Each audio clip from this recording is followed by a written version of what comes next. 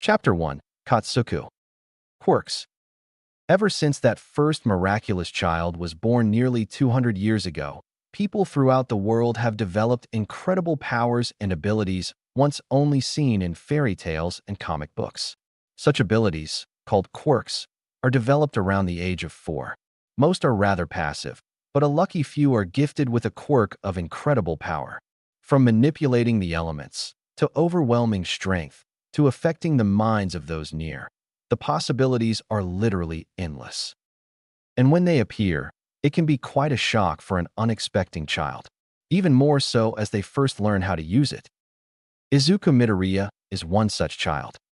It was a peaceful morning in the Midoriya household. Inko Midoriya was washing dishes in the kitchen of her modest apartment. It was small, but homey, the walls covered in pictures of her and her son Izuku. Every few seconds, Inko would look over her shoulder, keeping an eye on Izuku as he played in the living room. He was in the middle of his Saturday morning cartoons, reenacting the colorful action on screen with his favorite toy, an action figure of the hero All Might. Inko smiled to herself as he laughed and played, hopping around in his footy pajamas styled to look like the #1 hero, his green hair curling out of the hoodie. Never fear, citizens. This villain shall threaten you no more. Why? Because I am here. Inko chuckled to herself as Izuku started chanting All Might. All Might under his breath, a childish recreation of a cheering crowd. Yes, a normal peaceful morning, unlike any other. Then it happened. Inko saw a brief flash of green light out the corner of her eye. She turned her head in surprise, looking for the source, but all she saw was Izuku facing the TV, coming to a stop as something drew his attention. Thinking the flash had just been from the TV, Inko went back to scrubbing their breakfast plates. Mommy. Inko's heart leapt into her throat as Izuku let out a panicked wail. She whirled around, only to find Izuku running towards her as he clutched at his right hand against his chest. She knelt down to him instantly, completely forgetting her sopping hands as she put them on his shoulders. Izuku. Izuku, what's wrong, sweetie? Izuku stared up at her, his panicked green eyes brimming with tears. My hand ate All Might. Inko blinked at him, taking a moment to register what he'd said. What? She asked haltingly, a slight laugh of bemusement escaping her. Izuku just sniffed, then showed her his hand. Look. Inko couldn't help but let out a sharp gasp as she saw her son's hand. His entire hand had turned a collage of reds, blues, and yellows, all swirling together across his skin. She gently held his hand in her own, flinching slightly as she felt hard plastic rather than flesh, the light reflecting off the glossy material. She squeezed his palm gently, but there was no give. It was as if his whole hand had turned into plastic. Izuku, she murmured, both in fear and in wonder. What happened? Izuku's tears had finally started to fall as he gasped between sobs. Two was just playing with all might. And then my hand got all tingly, and fear was alight, and now All Might's gone.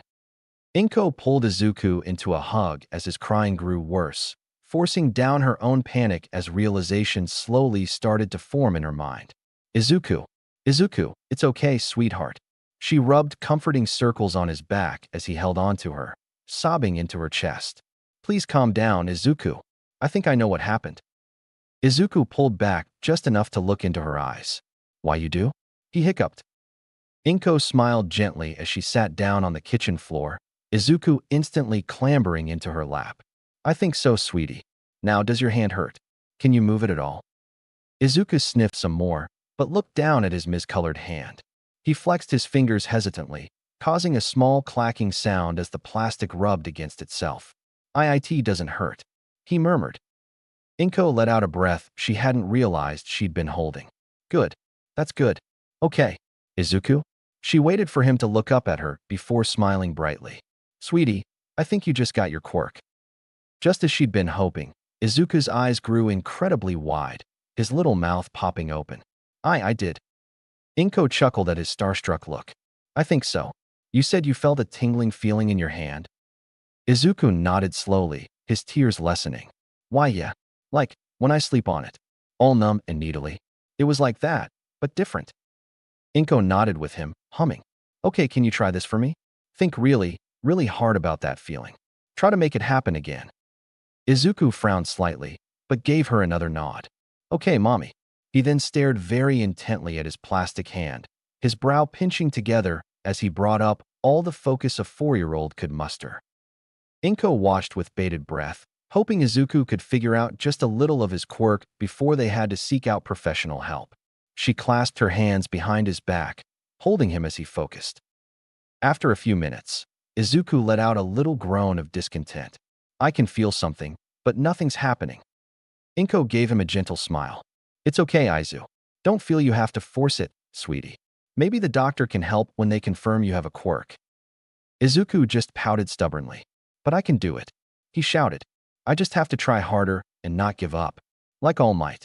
He closed his eyes, focusing hard. Inko sighed at his stubbornness. Izuku, she trailed off, her eyes widening as there was another flash. She looked down sharply, just in time to see Izuku's hand glow with green light. It seemed to bend and twist as the light grew brighter, until she could make out a familiar shape. The light died down in under a second, and Izuku's eyes popped open in surprise. He grinned brightly. Mommy, look, All Might's back. Inko nodded faintly. Yes, the All Might action figure had indeed returned, clutched tightly in the once-again flesh hand of her son. She shook her shock off quickly, hugging Izuku tightly. Good job, Izuku. Still holding him proudly in her arms, Inko stood up and quickly snatched her phone off the countertop. It was already ringing as she squeezed Izuku into a crushing hug, making him giggle. With a click, someone picked up. Inko briefly heard the indignant squeak of an upset child before a woman's voice came on the line.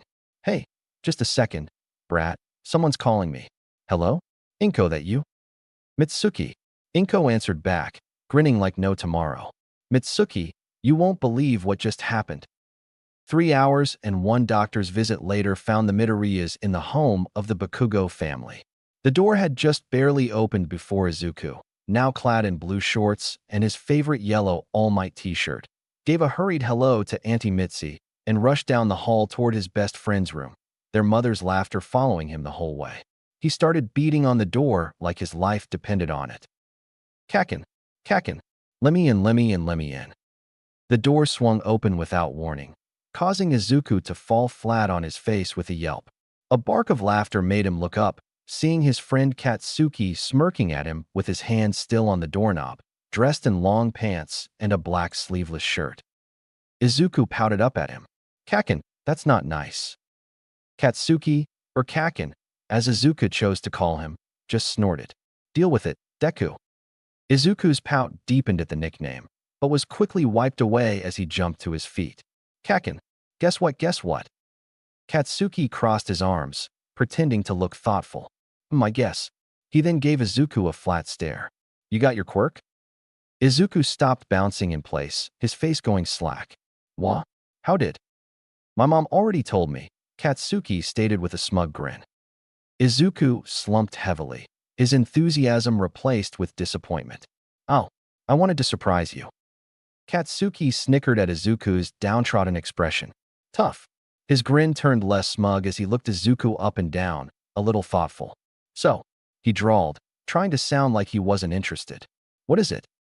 Izuku's eyes sparkled in an instant. You really want to know? Katsuki fixed him with a flat stare. I wouldn't have asked if I didn't want to know, Deku. I mean, obviously, it can't be as awesome as my quirk. As if to prove his words, Katsuki held up his palm, a series of crackles and pops flickering across his palm, making Izuku go starry-eyed as always. Katsuki smirked. But, brat, you better not be blowing stuff up in the house again. Both boys jumped at the sudden shout. Katsuki scowled as he marched to the door, sticking his head out into the hall as he shouted. I'm not, Mom. He slammed the door shut, muffling whatever his mother yelled back. He turned back to Izuku, carrying on like nothing happened. So, yeah, it can't be as awesome as my quirk, but is it at least kinda cool? Izuku's whole face lit up. It's so cool. I can combine with stuff. Katsuki blinked at him, tilting his head. Combine? The heck does that mean? Izuku just kept smiling, undeterred. Watch. Reaching into his back pocket, Izuku pulled out his All Might action figure. Katsuki watched, curious, as Izuku's face scrunched up as he stared intently at the toy. There were a few seconds of nothing, making Katsuki impatient. But right when he was about to yell at Izuku to do something, Katsuki flinched back as Izuku's hand started glowing with green light. Katsuki watched, mesmerized, as the glow encompassed the action figure. Once the toy in Izuku's arm seemed to glow equally as bright. The toy seemed to sink into Izuku's hand, the two merging.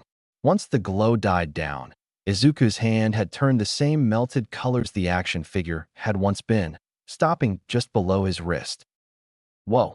Katsuki couldn't help but utter. Izuku took his friend's apparent amazement as a cue to begin bouncing in place again. See, I told you. Cool. Katsuki nodded dimly, staring as Izuku flexed his hand. Okay, yeah it is. He then looked back up to meet Izuku's eyes. But wasn't that your favorite toy? Oh, I can bring it back. See, sure enough, with just another green glow, Izuku's arm was back to normal, and the All Might action figure was right back where it had been, good as new. Katsuki let out a small laugh. Cool. Can you only do it with plastic? Izuku blinked at him, so wrapped up in the excitement of having finally gotten his quirk that he hadn't thought that far ahead yet. I don't know, he admitted, shrugging his shoulders. Katsuki hummed a little, then started looking around his room. He zeroed in on his toy chest, quickly running over and digging through it. Izuku followed him, looking over his shoulder to try and see what Katsuki was looking for. His answer came when Katsuki pulled out a deflated basketball, grinning widely. Want to find out? As it turned out, Izuku's quirk was not limited to plastic. Actually, it didn't seem like there was any limit to what he could combine with. Over and over, Katsuki handed over more and more items from around his room for Izuku to try combining with, both of them growing more and more excited with every success. The basketball, a bedside lamp, more action figures, Katsuki's pillow. Izuku could merge with all of them, his arms becoming whatever material he absorbed. Slowly, the two worked out a bit more about how Izuku's quirk worked as they sat in the middle of the room experimenting. If he merged with something for more than a few minutes, he started to get a headache. He could merge with more than one thing at a time, but the headache grew worse faster when he did. The bigger something was, the farther up his arms he could change. Absorbing the basketball had stretched rubber nearly up to his elbow, while the jacks Katsuki had pulled out of his pocket had barely covered his palm. Whatever part of Izuku's body was merged was harder for him to feel, as he learned when Katsuki tapped on his rubber arm and he found he couldn't feel it. Then, as he tapped the knuckles of his bouncy ball-infused knuckles together, Izuku had a thought. Oh, what if I merged with something metal? I bet I could punch really hard then. Like All Might. Katsuki, who had been having a surprising amount of fun watching his friend combine with his toys and bring them back unscathed, gave a fearsome grin. Now you're thinking like a hero. He ran back to his toy chest, pulling out an aluminum baseball bat. He ran back to Izuku, excited. Give this a try. Izuku looked up as he started bringing the bouncy balls out of his skin. Katsuki had stepped on one of the baseballs they had left lying around and tripped. Izuku threw his hands out reflexively to catch him. Kaken, I got. Izuku didn't notice that his hands were still glowing as he grabbed Katsuki by the arm. Not until a bright green flash filled the entire room. Red eyes blinked open as he fell onto the carpet, the green glow fading around him. What just happened? He pushed himself, looking around the room in confusion. Where did Kaken go? What the heck happened to Deku? He looked down at his hands, turning them face up. Something felt off. I was falling, but I caught him. But then where? He stood up on shaky legs, still looking around the room as if his missing friends would just appear. He frowned. But I'm not missing. I'm standing right here. He started walking towards the door. Maybe one of his moms would know what was going on. Wait, moms. I only have one mom. Don't I? Out the corner of his eye, something moved. He turned sharply to face Katsuki's mirror. He stared at his reflection for a moment, blinking in confusion. Then his eyes widened. He suddenly realized what felt off. Oh, oops. Yeah, I remember when Katsuki first used his quirk. Poor brat was so sad that he blew up his favorite blanket. Inko covered her mouth, trying not to laugh. Oh dear. I'm glad Izuku was able to bring his toy back out. I don't even want to think about the fit he'd have had. Mitsuki snorted as she pulled a bucket of ice cream out of the freezer. Couldn't have been any worse than my brat. The windows were rattling with how much he bawled. Inko rolled her eyes at her friend's flippant words. Mitsu, she scolded lightly. Mitsuki waved her off. Oh, the brat can survive a little embarrassment. Are we already here? Inko nodded as she looked over the living room, setting down a few plates around the freshly baked cake. The words "Congrats Izuku" written across the top in chocolate icing. I think so. Oh, thank you for helping me with this, Mitsuki. Oh, don't even, Mitsuki laughed. Kid gets his quirk, he deserves a party. You finish setting up, I'll go get the brats. Mitsuki smirked lightly when she heard Inko's exasperated sigh. She loved her childhood friend, but Inko was just too easy to rile up sometimes. She made her way down the hall, knocking on Katsuki's door. Boys, cake's ready. The lack of an immediate excited shout was an instant red flag. Mitsuki frowned as she knocked again. Izuku? Katsuki? What? You two fall asleep. With a further lack of response, Mitsuki's mind went to the most reasonable explanation. Gritting her teeth, she yelled as she shoved open the door. Okay, Katsuki, what did you break this? Her words died in her throat as she looked down at the boy in front of her. The only boy in front of her. Mom? Mitsuki's mouth hung open, her eyes blowing wide. Mom, I think I did something wrong. She worked her mouth, her attempts at speech coming out as little more than weak gasps. Mom, are you okay? You look freaked. She finally managed to find her voice, though her first words sounded suspiciously like a squeak. I'm fine, kiddo. Just, 1 second. She held up a single finger in question before turning back down the hall and shouted. Inko, I think we have a problem. The boy flinched at her sudden yell, and Mitsuki would worry about feeling bad just as soon as she stopped freaking out. Mitsuki? Inko came rushing down the hall, looking worried. What's wrong? Mitsuki just opened the door wider, pointing at the boy without looking. Inko looked in, clasping her hands over her mouth as she gasped. Mitsuki couldn't help but agree. The boy before them had large red eyes flecked with green and green spiky hair, spots of blonde peppered throughout as it curled at the side. He had faint freckles running along his smooth cheeks, his eyebrows sharp. The questions the two mothers had for where he came from were slowly answered when they noticed that he wore Izuku's shorts over Katsuki's pants, and Katsuki's sleeveless shirt over Izuku's all-might tee. The boy seemed to shrink into himself as the women just stared at him. Am I in trouble? Inko sucked in a harsh breath. Her lingering doubts were wiped away by the boy's voice, or rather, his voices. When the boy spoke, it was as if Izuku and Katsuki were speaking in tandem. She turned to Mitsuki, seeing the same realization in the blonde's eyes. I thought Izuku's quirk just let him combine with objects? Mitsuki asked quietly. I thought that's all it was, Inko breathed. She swallowed as she looked back down at the boy. Ai, Izuku? She asked hesitantly. The boy cringed slightly under her gaze, but managed a small smile as he waved. Hi, mommy. Katsuki? Mitsuki then asked, her voice a little stronger. The boy cringed again, even harder, but managed a slightly bigger smile. Hey, mom. Out the corner of her eye, Mitsuki saw Inko wobble. Her head snapped to the side in an instant. Inko, don't you dare feign on me. Inko stiffened, but still looked woozy. Trying not to, Mitsu. She slowly sunk to the ground, her eyes never leaving the boy, her son. Mitsuki huffed, but followed Inko to the ground. Apparently, she'd have to take the reins here. She sat haphazardly on the carpet, just now noticing her son's toys scattered all around the room, mostly around the boy in question. Okay, kiddo. Or kiddos? She gave her head a small shake, plowing ahead. What happened? What did you two do? The boy looked between the two women, wringing his hands together. Izuku and Katsuki were testing out Izuku's quirk when Katsuki tripped. Izuku caught him. There was a flash, and then the boy shrugged helplessly. I was here. Mitsuki frowned. You were here? Aren't you Katsuki and Izuku? The boy's brow furrowed. Kinda. I'm them, but I'm also me. I'm both. Your name. Both Mitsuki and the boy turned at the sound of Inko's faint voice. She faltered slightly under their attention, but then bit her lip. If you're both of them, what do we call you? The boy blinked. Huh, I didn't think about that. He rubbed the back of his head as he thought. I'm made of Izuku and Katsuki. So, maybe if I put both names together? Like, Izuki? He frowned, then shook his head. No, that sounds like a girl's name. Maybe, Katsuku? He thought for a moment. Then a wide grin spread over his lips. Yeah, I'm Katsuku. The newly dubbed Katsuku crossed his arms proudly, giving a toothy grin. Inko and Mitsuki shared a look.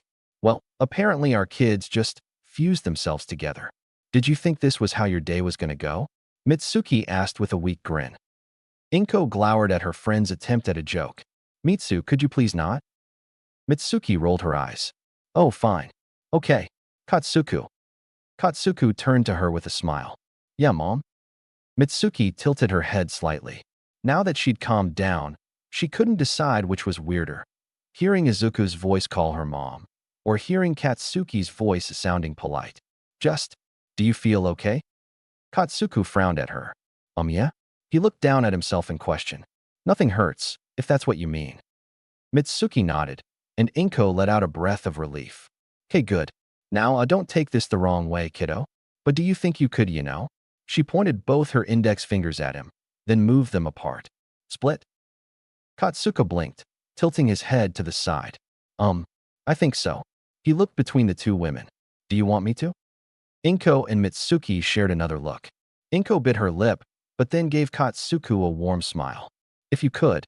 I'm sorry, Katsuku, but this is a bit much. I think we need to speak to our boys, separate, before moving forward. Is that okay? In an instant, Katsuku gave them both a beaming smile. Yeah, it's okay. This is weird for me too. He giggled, making Inko and Mitsuki smile. Then he looked thoughtful. Can I do just two things first? Another look was shared between the mothers. What do you want to do? Katsuka grinned, and Mitsuki went on edge due to how much of Katsuki she saw in that smile. Well, first I want to see if I can still do this. Before either mother could stop him, Katsuku held his palms up and focused on them.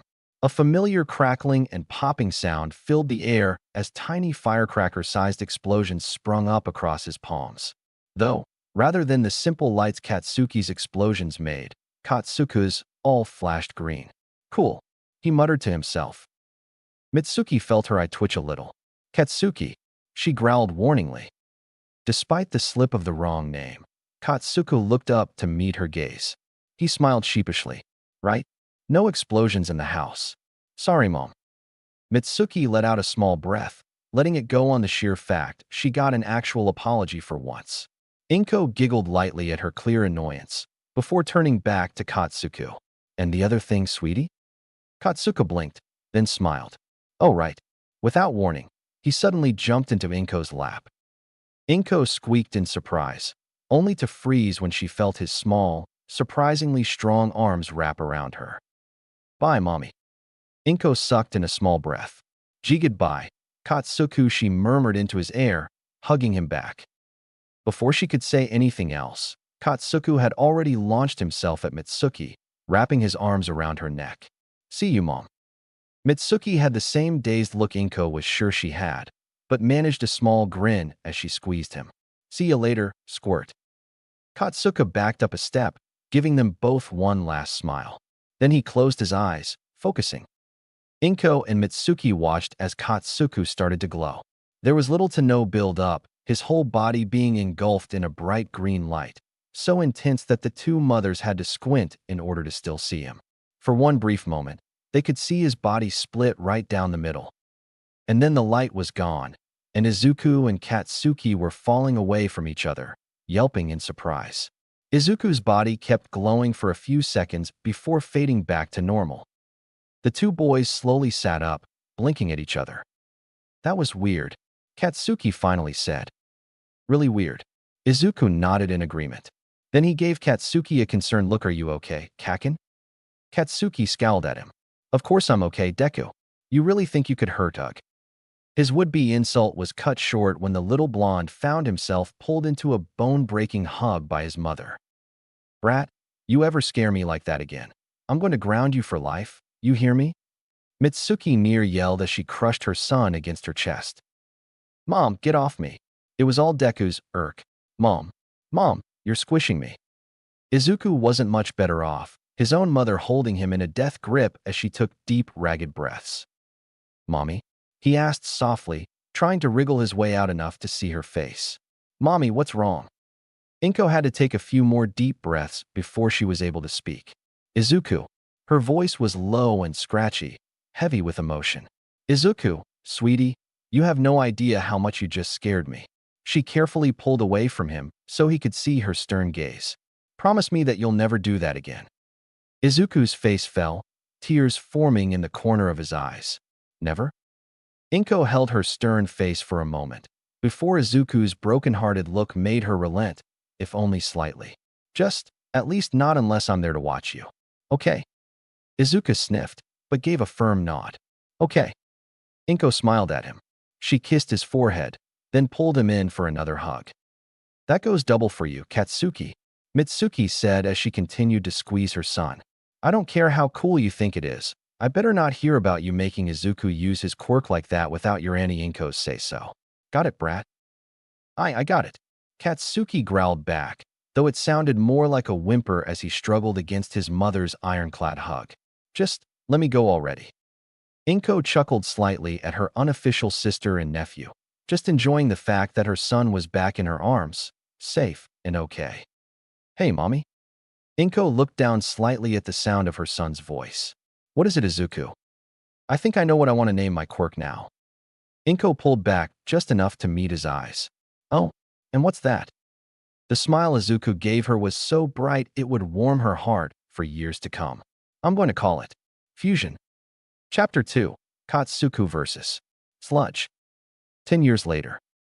She obviously has increased strength and durability in her larger form. She's got to be athletic to kick downward from that height. I wonder if she can decide her size, or can only change to one size. Her metabolism must be through the roof to compensate for the change in mass. Otherwise, she'd pass out the moment she got bigger. I wonder how she... Smack. Izuku jumped as someone's palm slammed down in front of him, right over his notebook. He looked up in surprise to find Katsuki sitting at the desk in front of him, giving him an annoyed glare. You're mumbling again, Deku, Katsuki grumbled, mindful of the mindless chatter going on around them. Keep it quiet before someone else calls you on it. He sent a harsh look at a boy a few seats over, unfortunate enough to have met his gaze. Izuku felt his cheeks warm as the boy quickly looked away. Doing a quick scan of the classroom, he saw several other students giving him sidelong glances, a few with unkind smiles on their lips. He shrank a little in his seat, quickly turning his eyes back to his desktop. Sorry, Kaken, he muttered under his breath. Katsuki gave him a flat stare.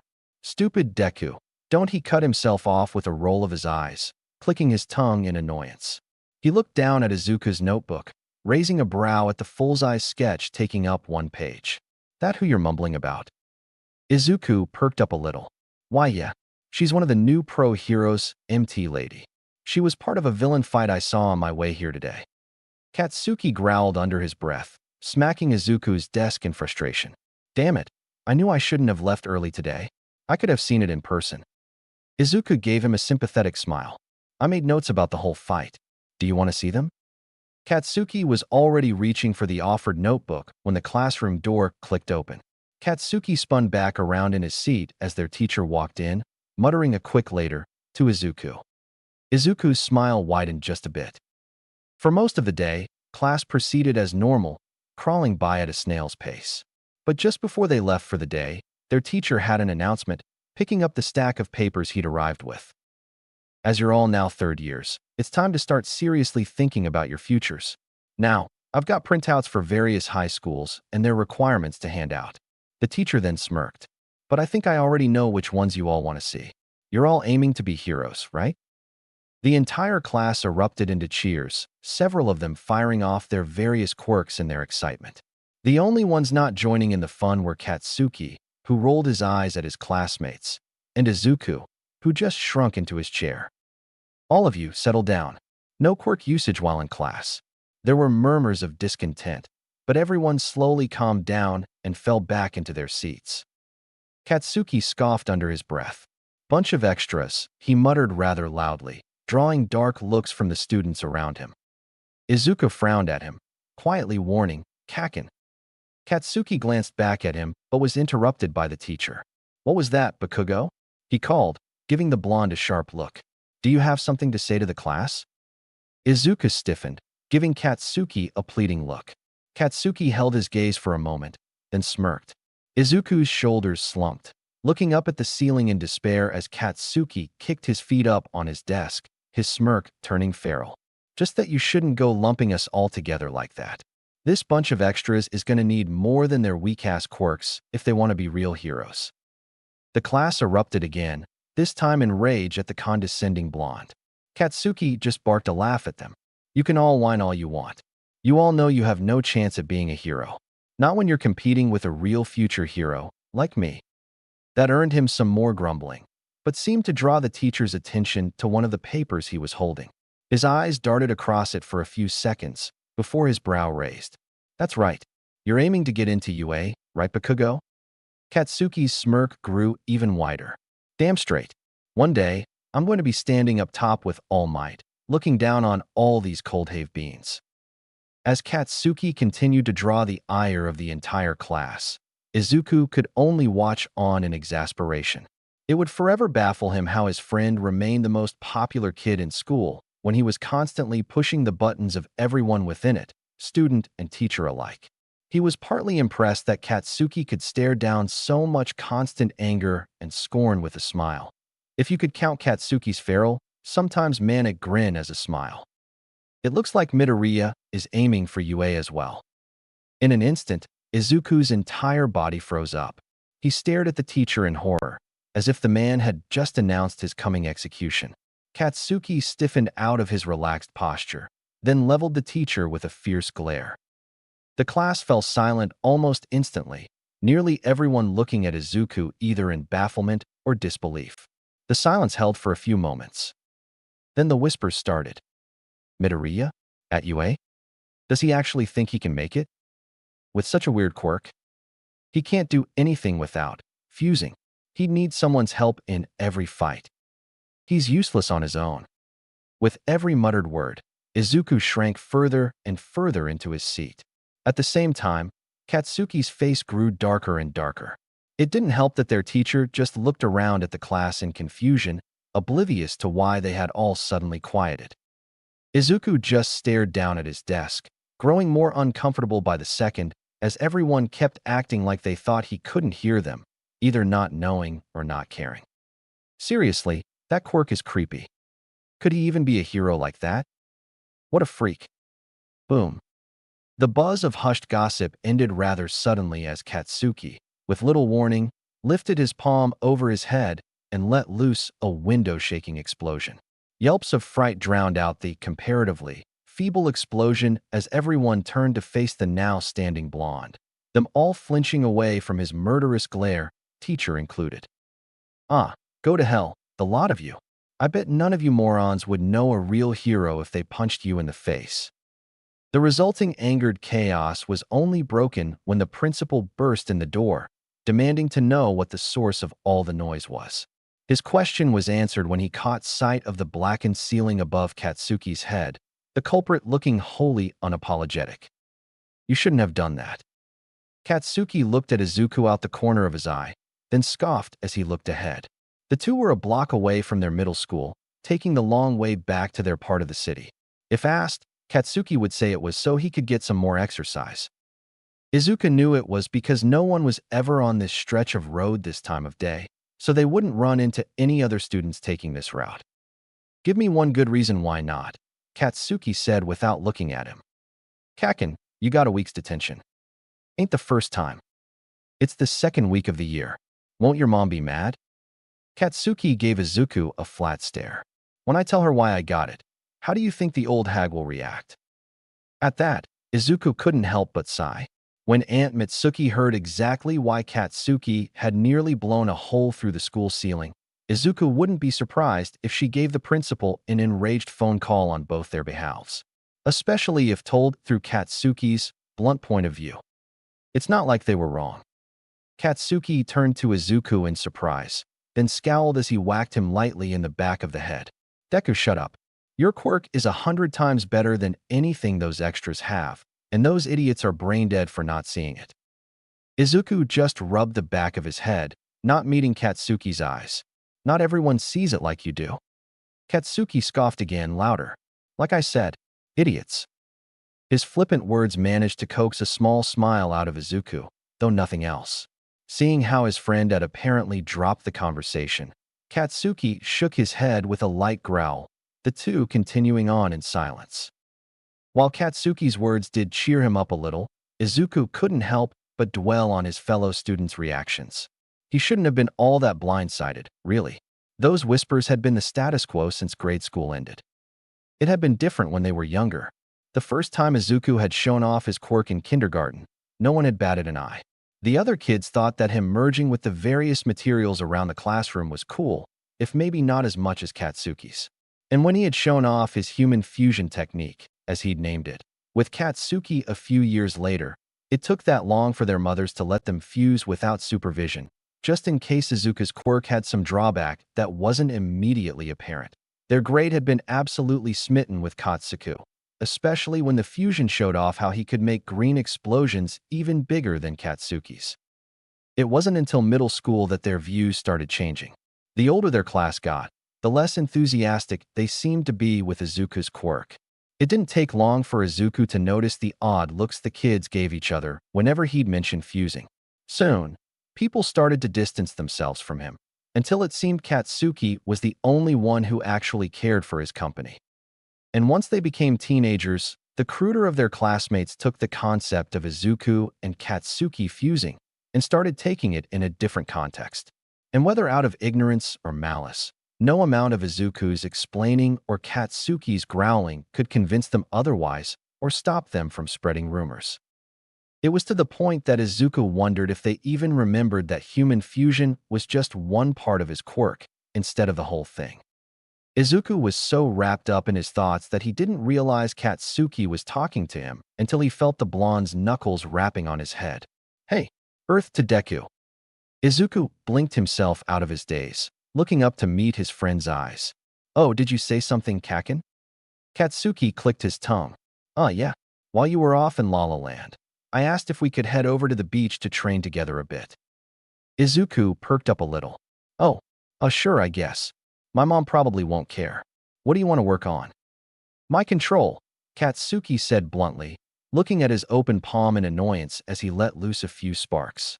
I was hoping you had some ideas in that big nerd brain of yours on how I can decide the size of my blasts. Right now, my choices are either firecracker or dynamite. I've got nothing in between. Izuku frowned as the two students continued down the empty street, entering the shade of an underpass. That might be tricky. He cupped his chin, bowing his head in thought. The size of your explosions are based on how much sweat you have to ignite, but once you trigger the blast, it all burns up at once. Maybe with certain hand movements, you could control. Katsuki nodded along as Izuku spoke, his blank face making it hard to see just how much of Izuku's mumbling he was actually considering. He did keep flexing his hand, making more sparks as they walked. Neither noticed the manhole cover they'd just stepped over shutter slightly, nor the mass of thick, green sludge that seemed to seep out from beneath it, quickly gathering behind the two boys. That sounds like some quirk, kid. Izuku and Katsuki whirled around at the sudden voice. Their jaws dropped as they craned their necks, staring up at the shifting monstrosity of green sludge, bulging eyes, and giant teeth. What the hell? Katsuki yelled. A villain? Izuku gaped in horror. The shifting maw of teeth seemed to smile darkly. In fact, I think I'll take it. Before either boy could react, the entire mass of sludge surged towards Katsuki, a tendril of it smacking Izuku away in the process. Katsuki tried to throw his arm up to blast the villain, but was enveloped before he could. Izuku yelped as his head slammed into the pavement. He instinctively threw a hand over his forehead, already feeling the wetness of blood just above his eye. HHMM. Izuku looked up sharply at the muffled yell. His stomach dropped. Katsuki screamed as the sludge encased his mouth and nose, forcing its way down his throat. The bottom portion of the sludge mass bulged and was blasted out, and Izuku briefly saw Katsuki's sparking palm through the mook before it was swallowed again. The villain laughed darkly. Nice try. Struggle all you like, kid. In another 30 seconds, it'll all be over. Katsuki tried to move anyway, bending and twisting in the villain's hold, but it was useless. He locked eyes with Izuku, panicked red meeting terrified green. Before Izuku even knew what he was doing, his hands glowed green as he pressed his palms flat against the pavement. The villain halted his laughter as the street beneath him lit up with a green light. The pavement seemed to be sucked out from under his form, rushing away. The villain's bulbous eyes swiveled through the sludge, following the glow in confusion. When a stone fist hit him straight in the eye. Gah! The villain screeched as he flinched back in pain, his grip on Katsuki loosening just enough for the boy to take a breath. The villain reared back, ready to retaliate, only to suddenly look down as he felt something clawing through his sludge. Let him go?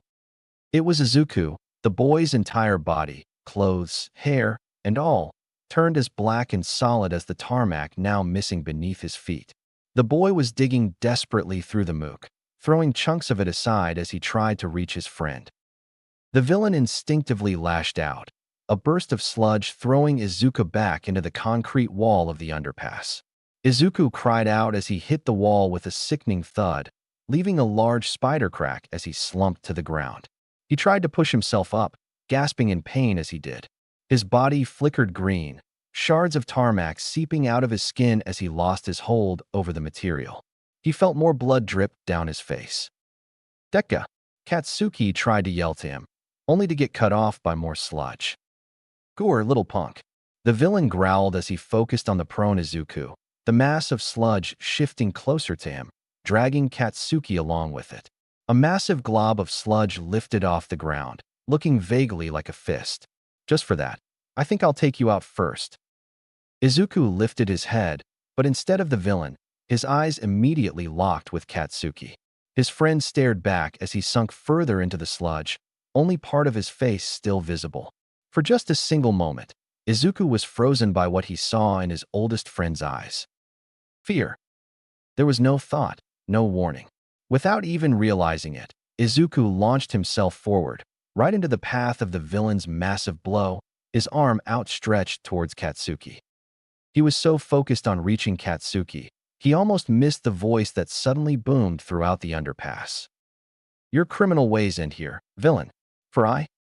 Izuku had only a second to recognize the booming voice behind him, his eyes widening and his face going slack. Was that? Then his fingertips grazed Katsuki's forehead, and green light flooded the alleyway. When Yagi Tashinori, better known throughout the world as Japan's #1 hero, All Might got up that day, he had been prepared for a number of things. The horrendous traffic of midday Mizutofu, the excited shouts of any fans who caught sight of him, the phantom rumblings of a stomach he no longer had. And of course, stopping whatever villainy he happened upon in its tracks. The last one was simply to be expected. Even if he had somewhere to be, such as right now, he'd most definitely owed Naitai an apology later. He just could not stand by and allow a crime to happen, not when he was fully capable of preventing it. So when All Might saw the sludge villain flee across the street from him, he didn't hesitate to follow him. When the mass of slime tried to escape by throwing itself down a sewer grate, he was quick to follow. When he got turned around in the vast network of subterranean tunnels, he persevered until he got back on the villain's trail, clambering up the manhole exit after him. Even if it meant his already limited time was getting a little low now. What All Might was not prepared for was the sight he found once he reached open air. Once All Might had jumped out of the sewers, he called out the villain, ready to give him a good old Texas smash and add yet another victory to the legend of the #1 hero. Instead, he found the sludge villain looming over the battered body of a green-haired teenage boy. Chunks of what looked like black rock crumbled away from the boy's body, letting All Might piece together that the young man had foolishly tried to fight the villain and lost. The boy stared up at the villain in abject fear as it reared back what looked to be a fist. All Might sucked in a deep breath and readied to make the villain pay for hurting an innocent boy. What happened next stopped his heart cold. The boy, this beaten, bloodied, toothpick of a boy, raised himself up and leapt right back at the villain, right in the path of what would no doubt be a killing blow. With no thought, no visibly active quirk, and judging from the blatant fear on his face, not so much as a shred of a plan, the boy leapt straight into the jaw's certain death, arm outstretched. Towards the frightened face of another boy All Might hadn't noticed, helpless in the clutches of the sludge villain. All Might instantly reared back his fist, ready to blow the villain to kingdom come before the worst could happen. Then the world went green. The sudden flash made All Might instinctively shield his eyes. He heard the sludge villain yell out in surprise and shock. When All Might looked back, the green-haired boy was gone. Even stranger, the other boy had apparently worked his way partly out of the sludge during the flash of light, making his head of lighter green, blonde-flecked hair visible. The villain shook off his surprise quickly, growling when he saw the other boy trying to escape. "Oh, no you don't," he yelled, crashing himself down over the boy's head. All Might, pushing his confusion aside, went to throw out his Texas smash before the other boy got hurt, when, "Get off." All Might wasn't fully sure what happened next. What sounded like two different boys yelled at the same time, and the entire mass of sludge bulged and bubbled. The villain had a split second to cry out in confusion before promptly exploding. With a sound like a cannon blast, the villain was splattered apart in a massive green explosion, sending sludge raining up and down the street and splattering every square inch of the underpass, which cracked and groaned from the impact. All Might had to plant his feet so as not to be pushed back by the shockwave. Smoke filled the tunnel. All Might let out a few deep breaths, looking around at the devastation as he tried to get his bearings. Remembering the boys he'd seen, he took a few steps further into the tunnel, waving apart the smoke. He didn't have to go far, as he could see the young man standing right where the sludge villain had been holding him, arms outstretched and, strangely enough, suddenly shirtless. Before All Might could say anything, the boy took a shaky step forward, stumbling into him, coughing and hacking as he waded through the sludge. "Whoa, easy there, my boy," All Might said as softly as his booming voice allowed, holding him by the shoulder to keep him steady as he led him back into the sunlight. The boy coughed a few more times, and All Might was concerned to see bits of villain sludge come up with every hack. After the boy was able to take a few normal breaths, he tilted his head up, his green-flecked red eyes squinting at first, before widening in shock. "Hey, All Might." The man in question tilted his head slightly at the boy's voices. It was a tad strange, but he'd seen and heard quirks do far weirder in his experience. He flashed the boy a beaming smile. "In the flesh, my boy. I was following that villain in the hopes of catching him, but it appears that you already had the situation handled." The boy blinked at him, then flashed a smile. "Yeah, you're a bit late," the boy said hesitantly, like he was trying to joke but not wanting to overstep his bounds. All Might just shook his head. "So it would seem. Still, it is my job to protect citizens such as yourself, so that you need not resort to such means of self-defense. It would appear that I have failed in my mission today, and for that, you have my sincerest apologies." He gave the boy a deep bow, inwardly cursing himself for how true his words were. If the kid hadn't used his quirk, if he'd been just a few seconds slower. The boy looked at the pro hero like he'd grown a second head, waving his arms frantically. Hey, you don't gotta do that. You're the #1 hero. You had it handled."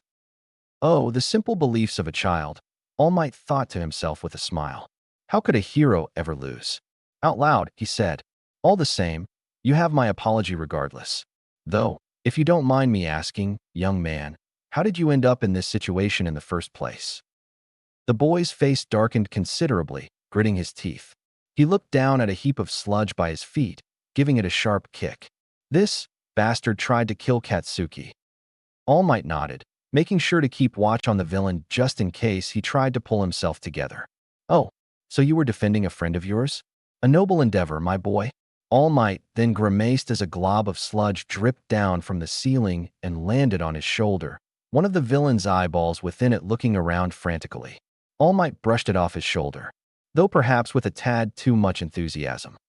The boy watched as the eyeball bounced across the pavement, then glanced around at the muck-covered underpass. Maybe just a bit," he admitted, rubbing the back of his head sheepishly. All Might let out a deep laugh. Do not feel too bad, young man. To leap into the fray in the defense of others is the best quality a hero could have. He then looked around, his brows lifting in question even as his grin never wavered. Though I must ask, where is this young Katsuki?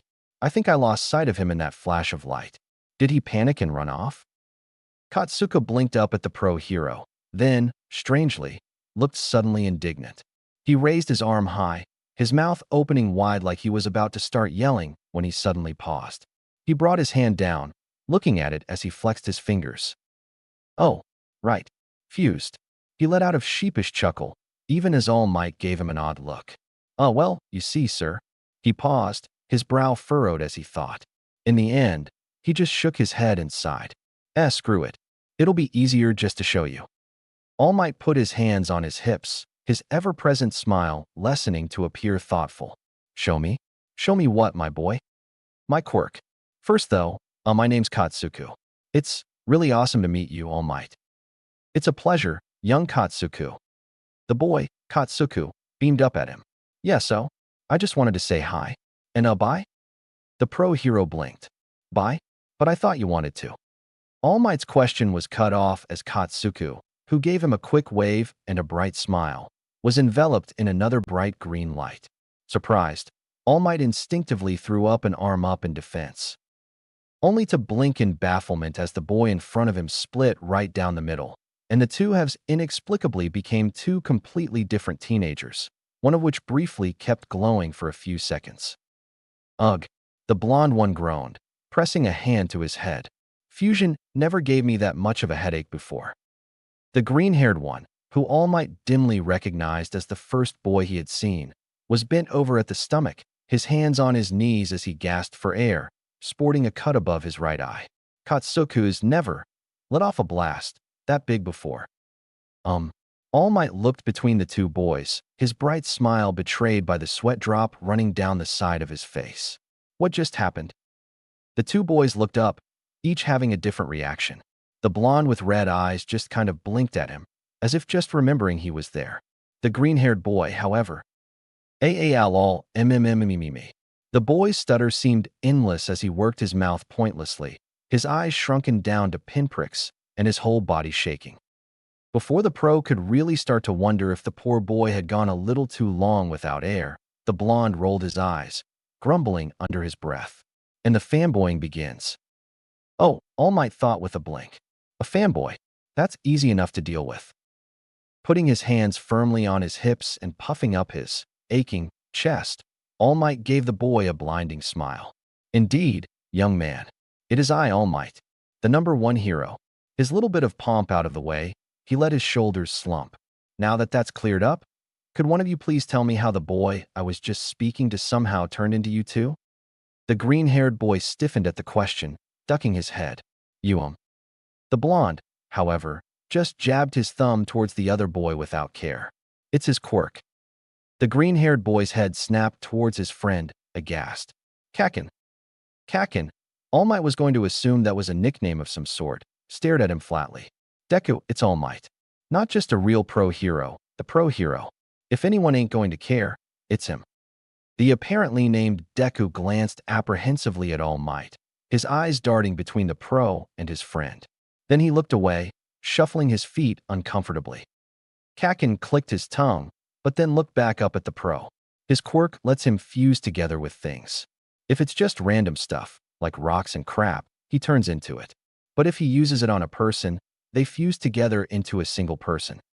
All Might's eyes widened. Truly? The blonde chuckled a bit. The really cool part is the boost it gives people's quirks. At All Might's questioning look, he let out a few sparks across his palm. My quirk lets me sweat nitroglycerin from my palms. But when we fuse, it lets our fusion sweat nitroglycerin from anywhere, and the blasts pack more of a punch. All Might blinked a few times. That would explain that massive explosion and where their shirts went. That's unique. So the boy I spoke to, Katsu. The Deku boy bit his lip, finally speaking up. He's me and Kakin's Katsuki's fusion. All Might folded his arms, absorbing the information. I must admit, I'm a bit impressed, my boy. I've never encountered a quirk such as yours. At the boy's surprised look, he let out a hearty laugh. You have a great potential to do some real good in this world." To the pro's surprise, the boy flinched back, disbelief plain on his face. "Oh, really?" All Might raised a brow at him, chuckling. "Of course, young man. With such a versatile quirk, I'm sure you would have no problem achieving whatever goals you set. Why, I would even wager you could work your way into my old high school." The boy's eyes widened, his mouth working soundlessly. To All Might's worry, his whole body started trembling. "You, eh? Why, you think I could be a hero?" All Might barked out a laugh. "Is that what you're worried about? My boy, from what I've seen today, there's no could about it." He pointed right at the boy, giving his brightest smile. "Mark my words, young man. If you apply yourself correctly, I have no doubt that you will be a hero." Tears welled up in the boy's eyes, his breathing growing choppy. For a moment, All Might worried that he'd sent the boy into some kind of emotional breakdown. Thankfully, his friend gave him a hard thump on the back before he could grow worse. The boy shakily turned to the blonde, looking startled. The blonde, Katsuki, he'd been called, chuckled, grinning. "Told you, Deku." The boy took a few trembling breaths before giving the blonde a hesitant smile. "Why, yeah, I guess you did." He looked back up at All Might, then bowed deeply. "Thank you for the vote of confidence, sir." All Might grinned. "It is well earned, my boy. Now, as enjoyable as our meeting has been, I believe you both should continue on your way. I need to contain this villain before he can cause any more trouble."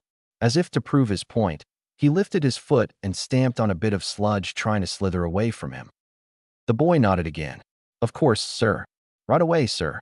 Katsuki rolled his eyes as he handed the boy a backpack that he had dug out of the sludge, already holding a similar-looking one. To All Might's surprise, they both pulled out clean t-shirts from the bags and slipped them on. "Well, when you have a destructive quirk, I suppose you learn to be prepared," All Might mused to himself. Before they left, however, the green-haired boy paused, looking down at his bag. All Might, sir? Can I ask you just one last thing?" All Might grinned at him. "Certainly, my boy." The boy blushed as he pulled a notebook out of his backpack. "See, could I get an autograph?" All Might couldn't help but laugh.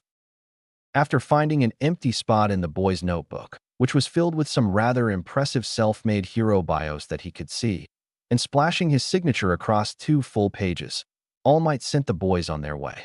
He turned his attention back to the villain, who had managed to pull himself about halfway together in the meantime.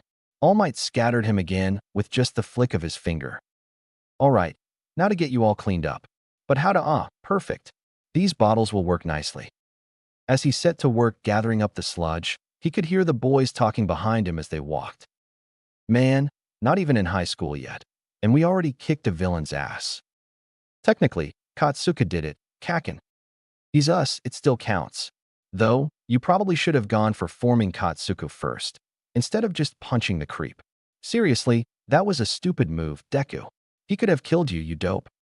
IIT seemed like a good idea. And then, you just jump right in front of the asshole without fusing with anything. Seriously, what the hell were you thinking doing that?" "Honestly, Kakin, I wasn't." All Might paused. "You were in trouble, and my body just moved." Slowly, the pro-hero turned around, looking back at the boys. After a moment, Katsuki scoffed softly.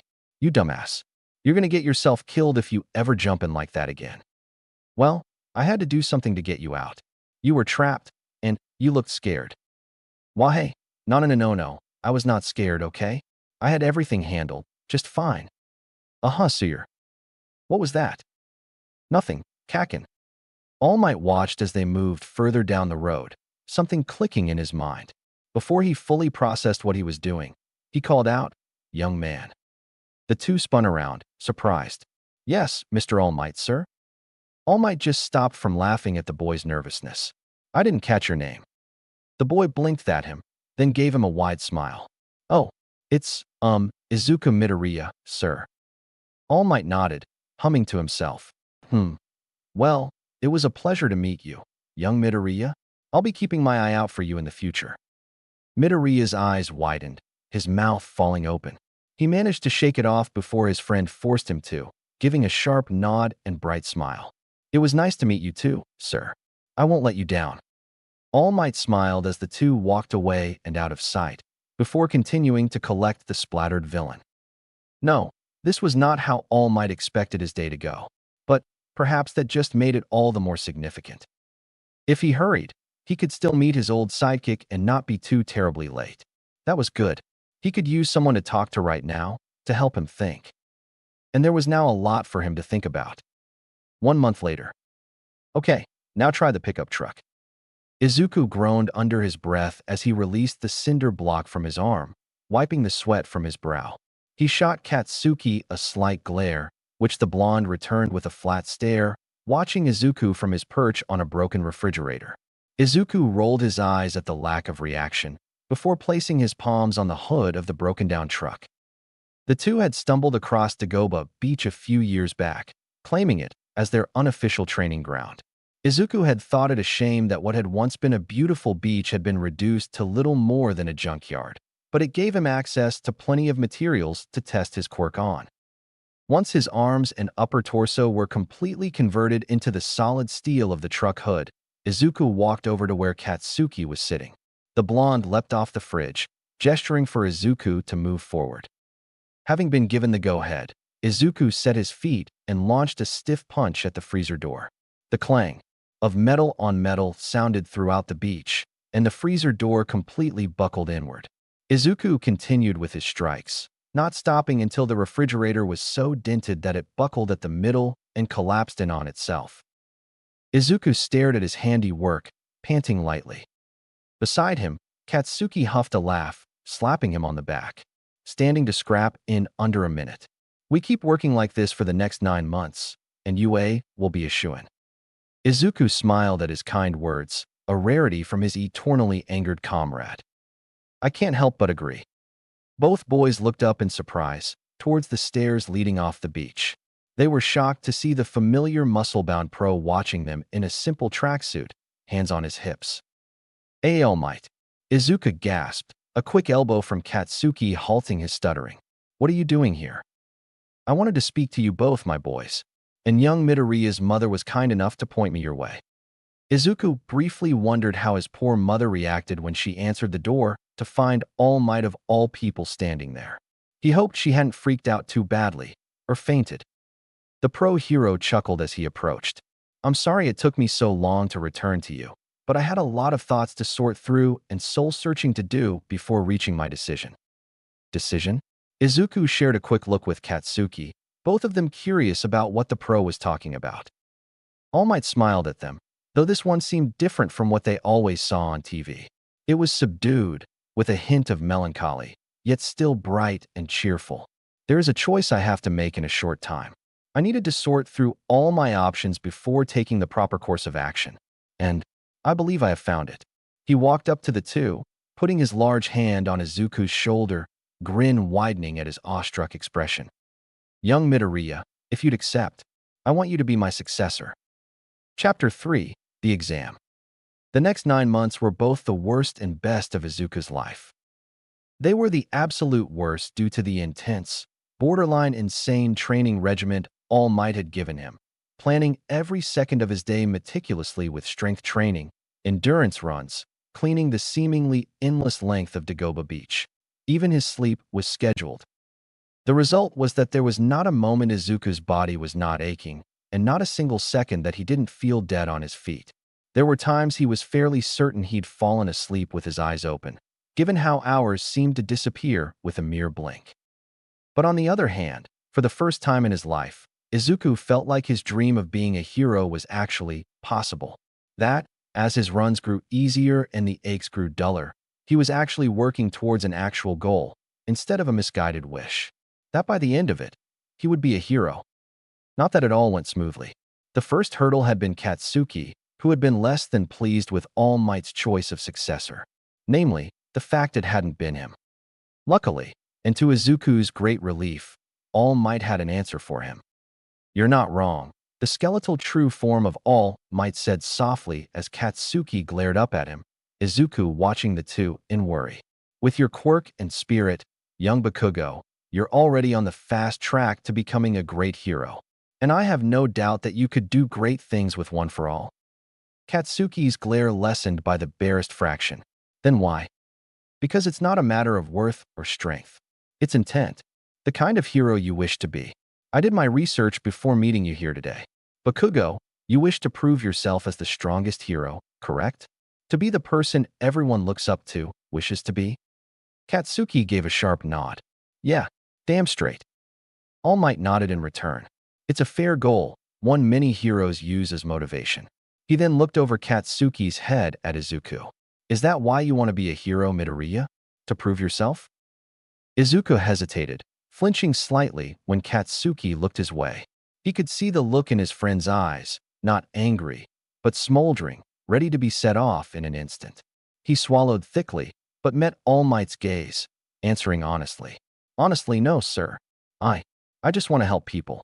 Keep them safe and make them feel safe just by being there. Like me? All Might finished with a knowing smile. At Izuku's embarrassed look and Katsuki rolling his eyes, the pro chuckled. You two are aiming to be very different heroes. Neither is better or worse, just different. The simple fact is, I've been searching for someone who wants to be a hero, not to prove something, but merely for the sake of it. At that, Katsuki blinked in confusion. The heck does that mean? All Might heaved a sigh. Young Bakugo, there have been 8 people total who have held one for all. Do you know how many of them even broke into the top 10 rankings, let alone number 1? The two boys looked to each other, Katsuki shrugging his shoulders. They turned back to All Might questioningly. All Might's grin widened. 1. Me. He chuckled at their surprised looks.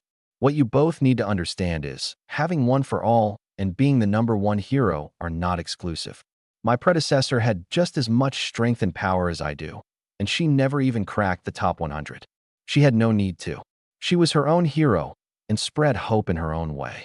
I'm the exception, not the rule.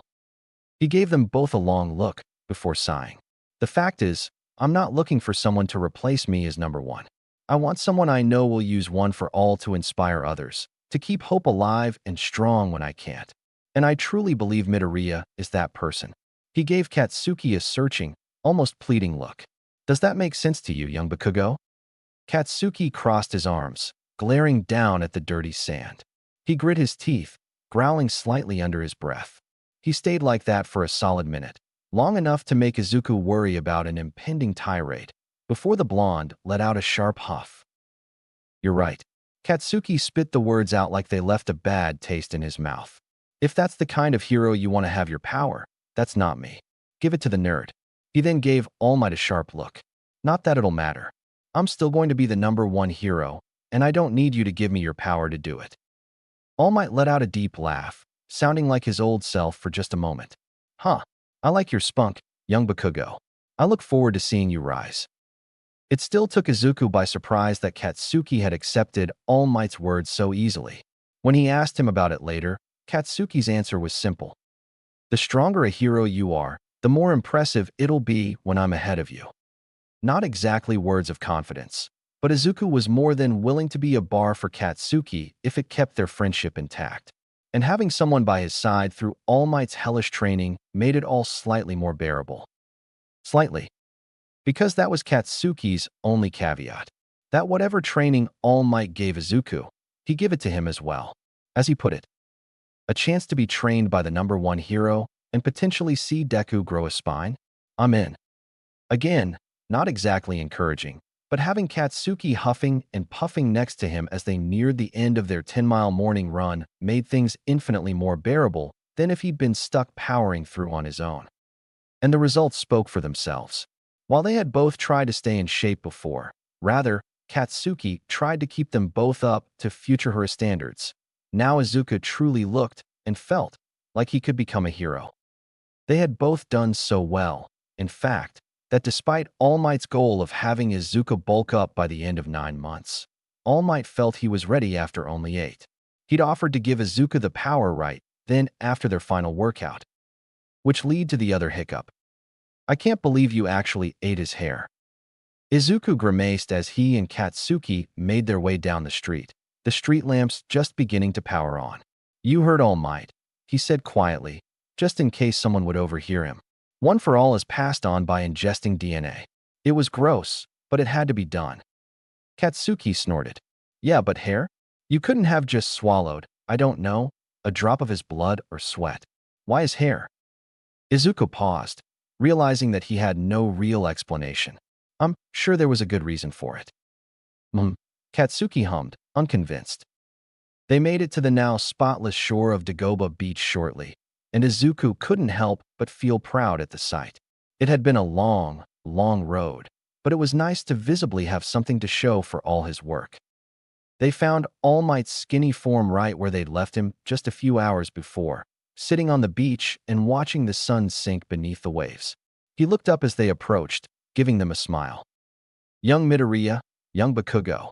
Right on time, he said as he stood up, dusting off his baggy jeans. Izuku tilted his head a bit. Did you stay here the whole time we were getting cleaned up, All Might? The pro chuckled. In my line of work, it's rare I get some time to just relax. He looked out over the horizon as the last bits of sunlight faded. I've learned to take it when I can. He then perked up, smiling widely. Enough about me. How do you feel, my boy? Do you think One for All has settled yet? Izuku frowned, looking down at himself. I'm not sure. I don't really feel any different. Well, I suppose you wouldn't until you actually called on the power. In the blink of an eye, All Might's body bulked up into his hero form, giving them both a blinding smile. That is what I want you to attempt now. Izuku swallowed nervously. Despite knowing what he was meeting All Might for ahead of time, the idea that he actually had the same power All Might was famed for, that he was about to try and use such power. Frankly, he was still waiting to wake up and stop dreaming.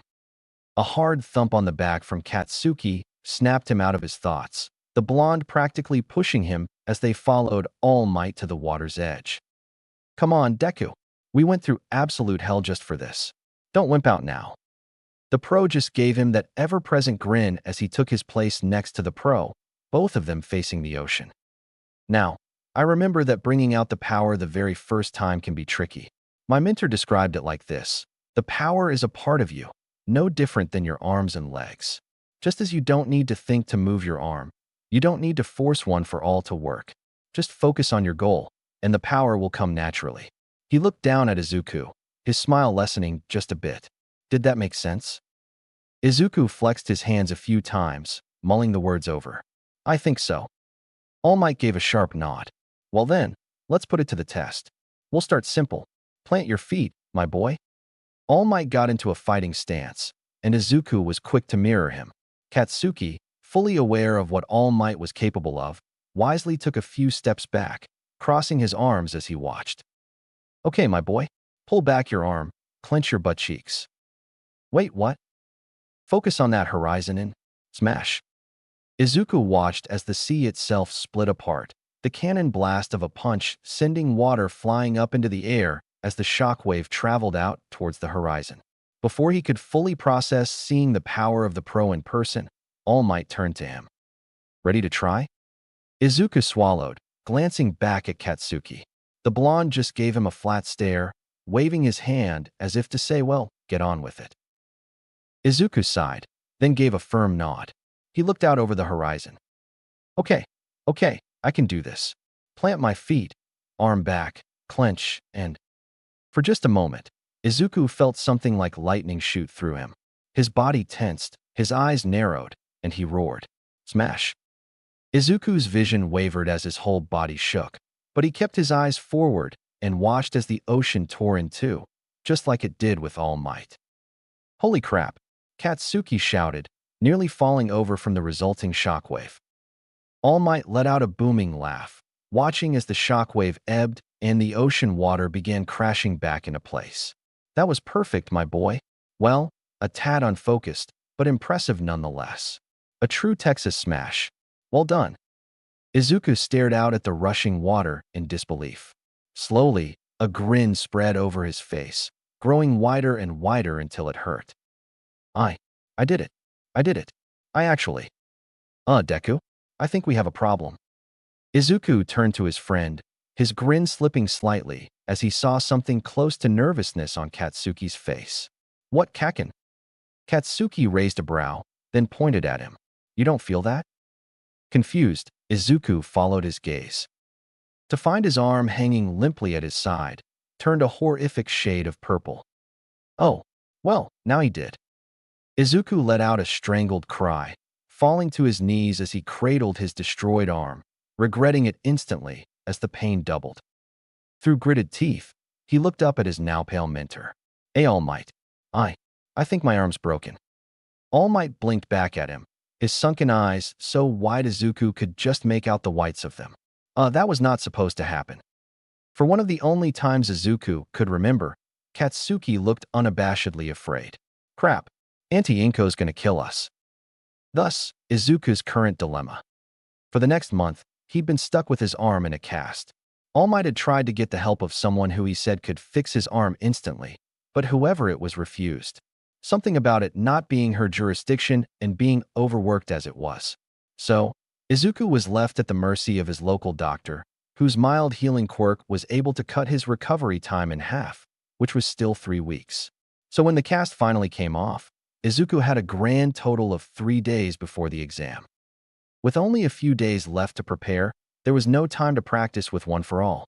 Knowing that he couldn't use All Might's power without breaking himself made Izuku's hopes plummet. How was he going to pass the exam? Katsuki had a quick answer for him, along with a sharp slap upside the head. "Deku, you dumbass. You don't need One for All for the stupid exam. Just use fusion, you moron." That was the plan before. He was right, Izuku had to admit. Had it not been for their chance meeting with All Might, Izuku would have gone into the exam with only his born quirk to rely on. And there was a good chance it would be enough. It would make him fairly strong on its own, and a whole lot tougher. Actually, depending on what materials he could get his hands on, fusion could make him nearly indestructible, right down to his bones. Oh. Izuku didn't know whether to feel incredibly smart or insanely stupid when the thought struck him. Maybe a bit of both. Exam day. Izuku took a deep breath as he looked at the examinees around him, trying to will his nerves away as he waited for the exam to start. After tripping over his own feet on the way in, which Katsuki laughed at, talking to the pretty girl whose zero-gravity quirk stopped his fall, where he couldn't actually say anything, getting chewed out by another examinee for his distractive mumbling. He didn't think he was that loud, and finding out he and Katsuki would be separated during the practical exam, meaning he was all on his own. Needless to say, Izuku was feeling very off-put and very overwhelmed. He took a few deep breaths, trying to ease his nerves. All in all, he didn't really have that much to worry about. The entire practical exam was about destroying training robots for points while ignoring the single zero-pointer. It was the exact kind of thing he and Katsuki had spent their time on Dagoba Beach training for. Even without One for All, he should be able to get enough points to pass. And if his idea worked, well, even better. So yeah, Izuku had nothing to worry about. So why did he still feel like he was about to pass out? Izuku took several more shuddering breaths. He glanced around at the other examinees gathered in the fake city, trying to focus on anything but the coming test. He noticed a boy with bright yellow hair talking to an annoyed girl with ear jacks coming out of her earlobes. A large boy with half his face masked and multiple limbs standing quietly at the back of the group, next to a girl with vines for hair who had her eyes closed. A boy with a massive tail talking to a floating jacket and a pair of shorts. The list went on as Izuku looked around, slowly calming down as he fell back on the familiar territory of quirk analysis. He made mental notes on everyone he saw, making rough estimates on the extent of their powers, when he saw a familiar face in the crowd. It was the girl he'd not talked to earlier, her head focused on the ground as she seemed to be pumping herself up. Feeling a little better about his chances, Izuku decided to thank her for helping him earlier, assuming he could actually talk this time. He swallowed down his newfound nerves, taking a few steps in her direction, only to feel a hand plant itself on his shoulder. He whirled around, having to look up at the boy from before, the one who called him out for his mumbling, staring down at him with a stern expression. "That girl is trying to focus," he said severely, the sunlight glinting off his glasses. "You're the same boy who was being a distraction during present mixed speech. Is it your goal to interfere with everyone else before the exam starts?" Izuku's eyes widened, and he waved his hands up in defense. "Bueno, no, I just, see, she helped earlier with. I just wanted to say." And now everyone else is whispering. Izuku thought in resignation as he tried to explain, well aware of the many eyes now turned towards him, talking about their assumptions of him. They already think I have no chance. Oh, man, can't the exam just start already? Okay, start. Everyone tensed as present Mick's booming voice echoed throughout the fake cityscape. As one, they all looked up, finding the bombastic hero standing on a podium just above the entrance gate. What? He called down to them, grinning wildly. There's no countdown during a disaster. Go, go, go. Before Izuku even realized it, he'd been left behind, as every other examinee had rushed through the gate and out into the streets. Letting out a groan, he tore after them. Seeing how everyone was grouping up further down the main road, he made a sharp turn down an alleyway, his head snapping this way and that as he searched for a target. Okay, I can do this. I just need to find something solid. Can't use stone, too breakable. Something metal. The road signs? No, too small. Maybe. His thoughts were interrupted when the front of a nearby building exploded outward. Izuku stumbled as he came to a halt, staring at the sudden explosion in shock. A shining red optic cut through the dust and debris, instantly focusing on him. Target acquired. Came the mechanized monotone of a one-pointer robot, rolling its way out of the wreckage. Prepare to die. For a moment, Izuku felt a jolt of fear run down his spine at the sight of the very large, very armed robot bearing down on him.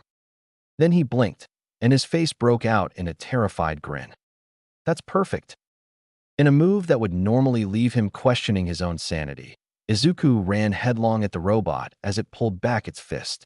He dropped to the ground as it threw a punch, then reached out and pressed both palms against its metal torso. Before it could advance, Izuku's form lit up green. Something Izuku hadn't realized until well into middle school was that the material fusion part of his quirk actually had two different parts to it. Depending on how much material he had to work with, he could do one of two things. One was that he could take a small amount of material and infuse only his skin with it, essentially making his own skin into armor. It was the easier of the two and the one he used most. The other, however, he admittedly found much more impressive. If he could find enough material to match his own body weight, he could make the infusion go far further than just skin deep. His muscles, his bones, even his internal organs could be infused with whatever material he wished, assuming he had enough of it to work with. And luckily for him, the one-pointer most definitely applied. Within seconds, the green glow of Izuku's quirk had enveloped both him and the one-pointer entirely. The body of the one-pointer seemed to soften at the edges, then rushed at Izuku as if made of light, leaving a tangled mess of electronics and leftover metal to fall bonelessly to the ground. The glow around Izuku's body kept up for a few moments longer, then faded just as quickly as it had started, revealing Izuku's entire body converted to the dark green armor of the one-pointer. Izuku flexed his hands, testing his arms as he lifted them up and down. A little stiff, but I can move fine. Everything feels okay. I can't feel anything, but that's fine. I kind of expected that. But the big question. Izuku took off in a run, his footsteps making loud thuds as he went up the street. He could hear the sounds of battle just up ahead, and he hoped he'd come across some more bots before the other examinees took them all out. His hopes were answered as he turned a corner and nearly crashed into a three-pointer. Izuku jumped back in surprise as he almost collided with the robot, but his clanking feet had been enough to draw the bot's attention. It whirled around with surprising speed, optics blazing. Target identified. Die, hero. Izuku yelped as the bot moved with deceptive speed, swiping its arm to backhand him away. Izuku instinctively threw up his arms across his body, clenching his eyes shut. There was a loud crash of metal on metal, and Izuku felt his body be nudged slightly to the side. When nothing else happened, he cracked open an eye, then stared up in open-mouthed shock. The robot's arm had been broken clean in half right at the point where it had hit him. Izuku looked down at himself, but found nothing more than a slight scratch across the finish of his arm. He hadn't even felt it. The robot stared dumbly at the stump of its arm, tilting its head comically. Realizing he didn't have long, Izuku pulled back his arm, just as he had back on the beach a month ago. Please work, please work, please work, please work. Steel smash. Izuku could feel it, the burning, sparking power of one for all traveling up his arm as his fist hit the three-pointer right in the chest. The bot's body crumpled like tinfoil, leaving the ground and soaring across the street, crashing into the third story of a nearby building. Izuku looked at his handiwork for a moment, then nervously looked down at his arm. The green metal on his knuckles was scraped from the impact, but it wasn't dented. It wasn't broken. He lifted his arm, flexed his fingers, but felt no change from before. A disbelieving laugh escaped his lips. "It worked. It's weaker than it's supposed to be, but considering, my body can't handle one for all normally, but fused like this." 10 minutes remaining, listeners. Izuku jumped as Present Mix's voice echoed throughout the city streets. His eyes widened. 10 minutes. But I only have 4 points. Izuku shook his head, ready to run towards the sounds of battle just a couple streets over. I need to. His thoughts paused as he heard metallic clanking and groaning growing closer. His defeat of the three-pointer had not gone unnoticed.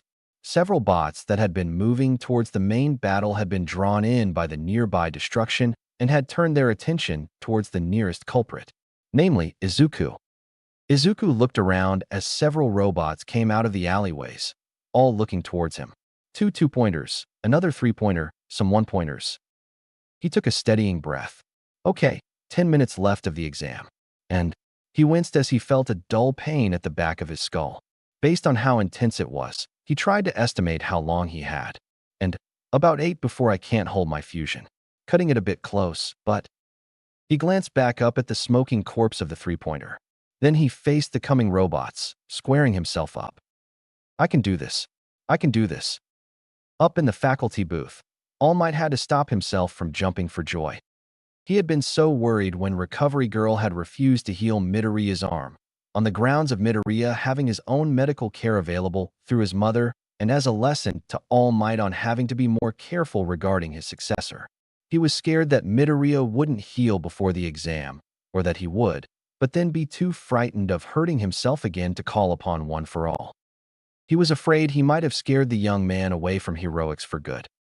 Instead, not only had Midoriya tried to call upon his new power, he found a way to do so safely with his original quirk, using them both together to devastating effect.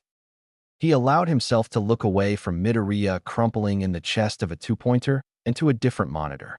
Young Bakugo was quickly laying waste to another group of one-pointers, a manic grin on his face as he cut loose.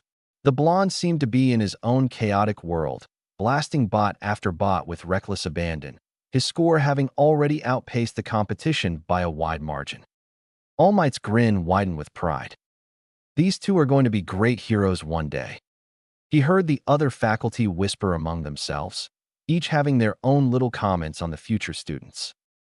Then he heard Vlad King say something about giving the students a real test, then press a big red button on one of the consoles. All Might's grin lessened, but never left. All right, boys. Let's see how you handle a force of true danger. Izuku breathed heavily as a one-pointer fell to the ground, its head missing. He looked about the street, taking stock of the carnage he'd caused. 19, 22, 25. He chuckled giddily as he drew closer to the main action. 25 points. That can't be too bad, right? He winced as a sharp pain went through his head, a slight buzzing feeling forming under his steel skin. It better be enough. I'm at my limit. He managed to pass through a few more streets before the pain became too much. He stumbled to his knees, feeling like his head was about to split apart. Darn it. He gritted out through clenched teeth, holding a hand to his head. That's it. He held his palm out in front of him, closing his eyes.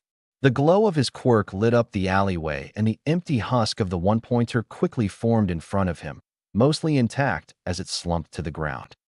Izuku gasped for breath when he was done, the pressure behind his eyes finally abating.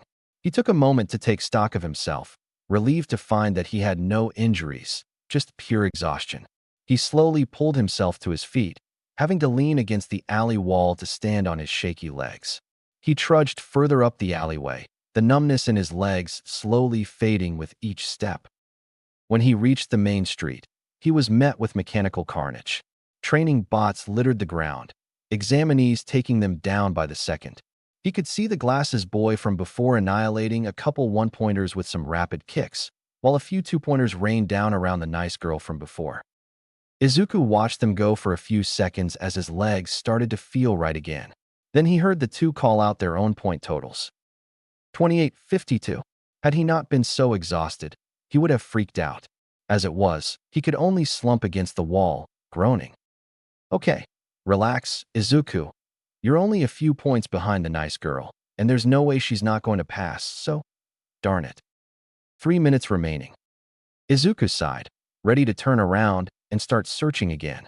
If he could find just one or two more bots, maybe he could at least feel better about his chances. And then the street exploded.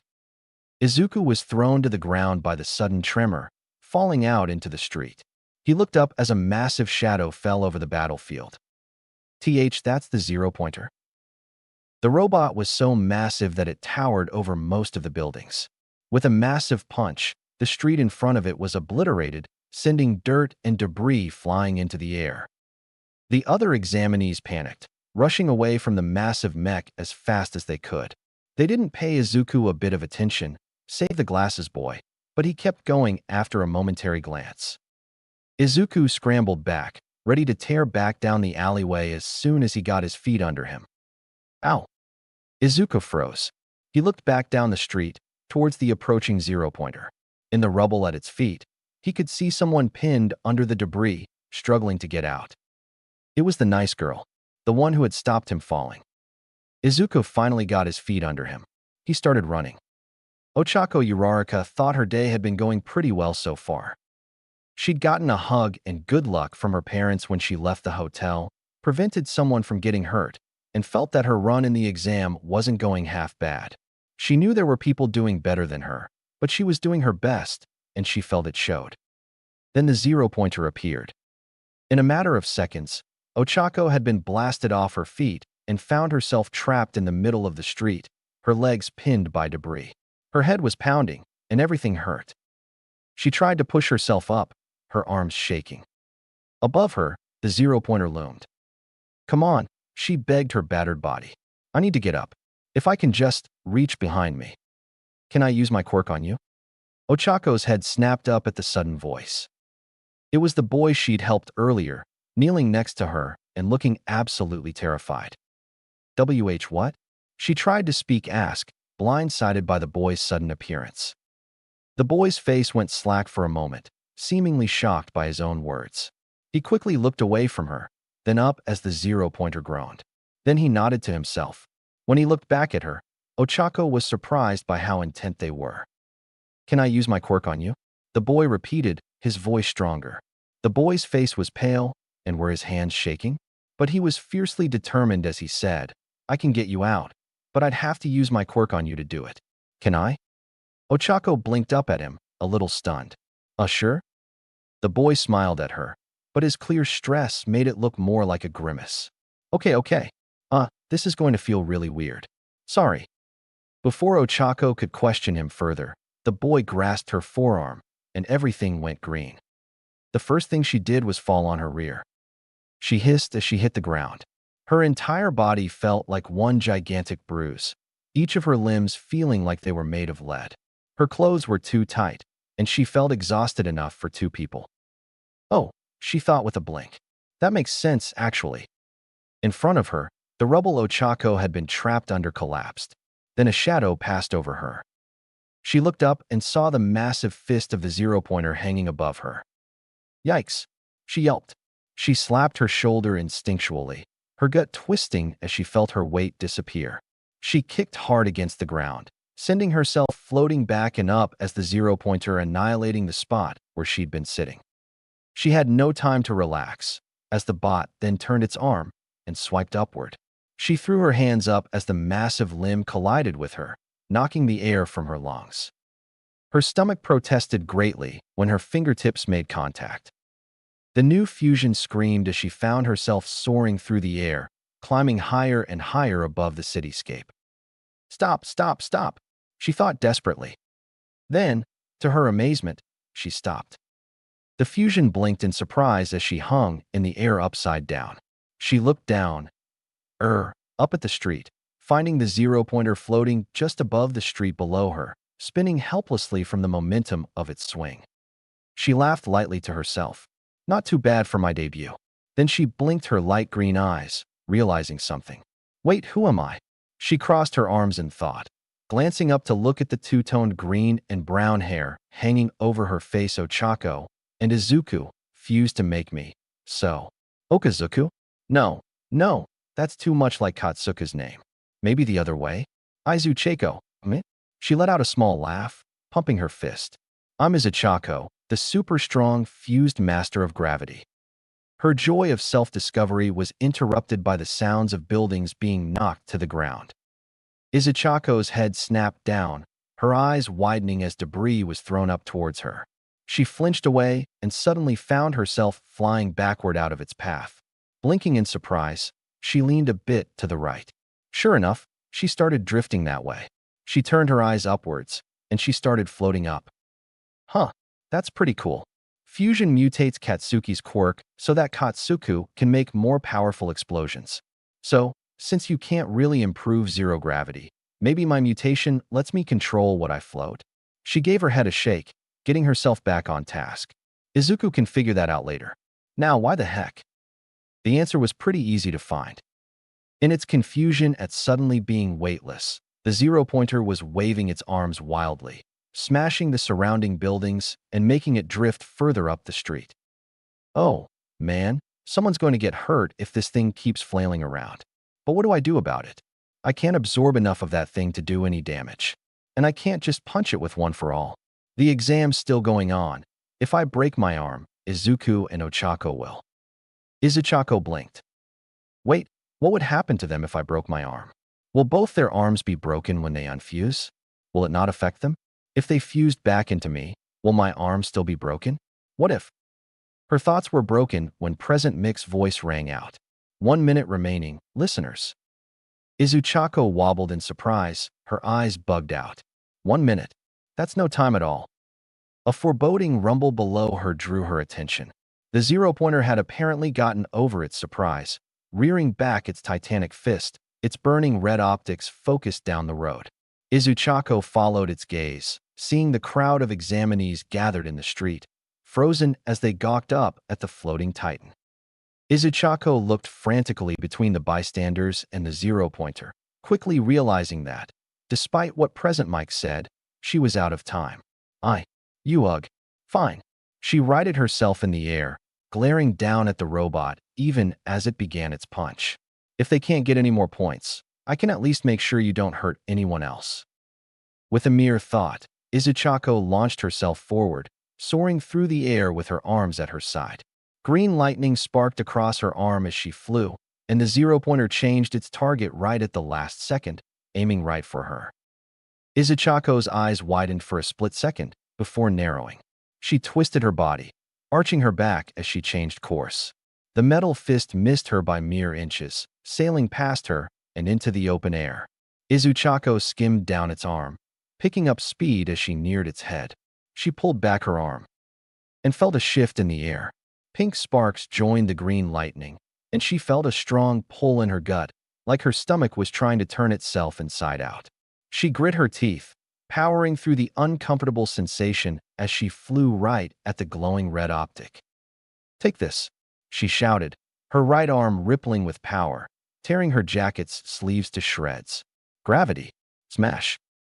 For a moment, time froze. When her fist impacted the bot's optic, she briefly felt the glass and metal shatter beneath her blow.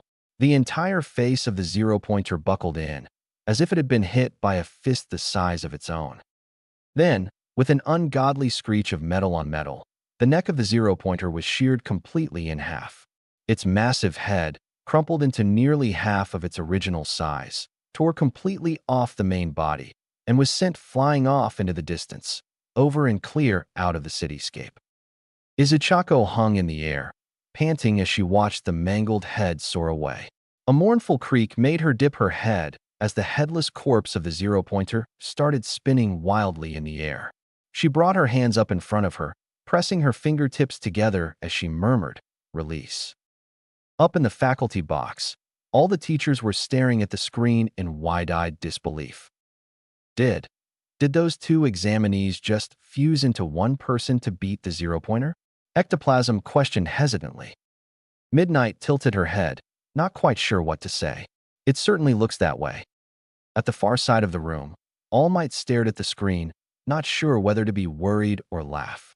At the very back, the ever-stoic Eraserhead lifted a brow at the figure hovering above the city. Power Loader looked down at his display screen, scratching the side of his head. Any idea how he scored that? The wrecked mech fell back, collapsing under its own weight as explosions began darting its surface. Izuchako tore her gaze away from the carnage to look behind her, seeing the other examinees right where they'd last been. A few had fallen over in their shock, including the glasses boy, but were otherwise okay. Izuchako let out a sigh of relief. Man, that could have gone war. Her words cut off as her stomach seemed to leap towards her throat, making her slap her hand over her mouth. Oh no. And then she felt the blinding, mind-numbing pain as she looked down and found her other arm a collage of deep reds and purples, completely unresponsive. Oh man. Then came the headache, and her exhaustion hit her tenfold. No, not yet, Izuchako muttered as she tried to keep down her breakfasts, starting to panic. She angled herself down, trying to reach the ground before. Her form flickered green. No, dang it. Izuku, Ochako, I'm sorry, but I, too, can't. There was a burst of green light, and Ochako was falling. A scream of fear tore from her throat as she saw the pavement far below rushing at her way too fast. 1,000,001 questions burst through her mind, most of which revolving around the fact that she had memories of being herself but not herself. And of course, why was the ground getting so close? Gah?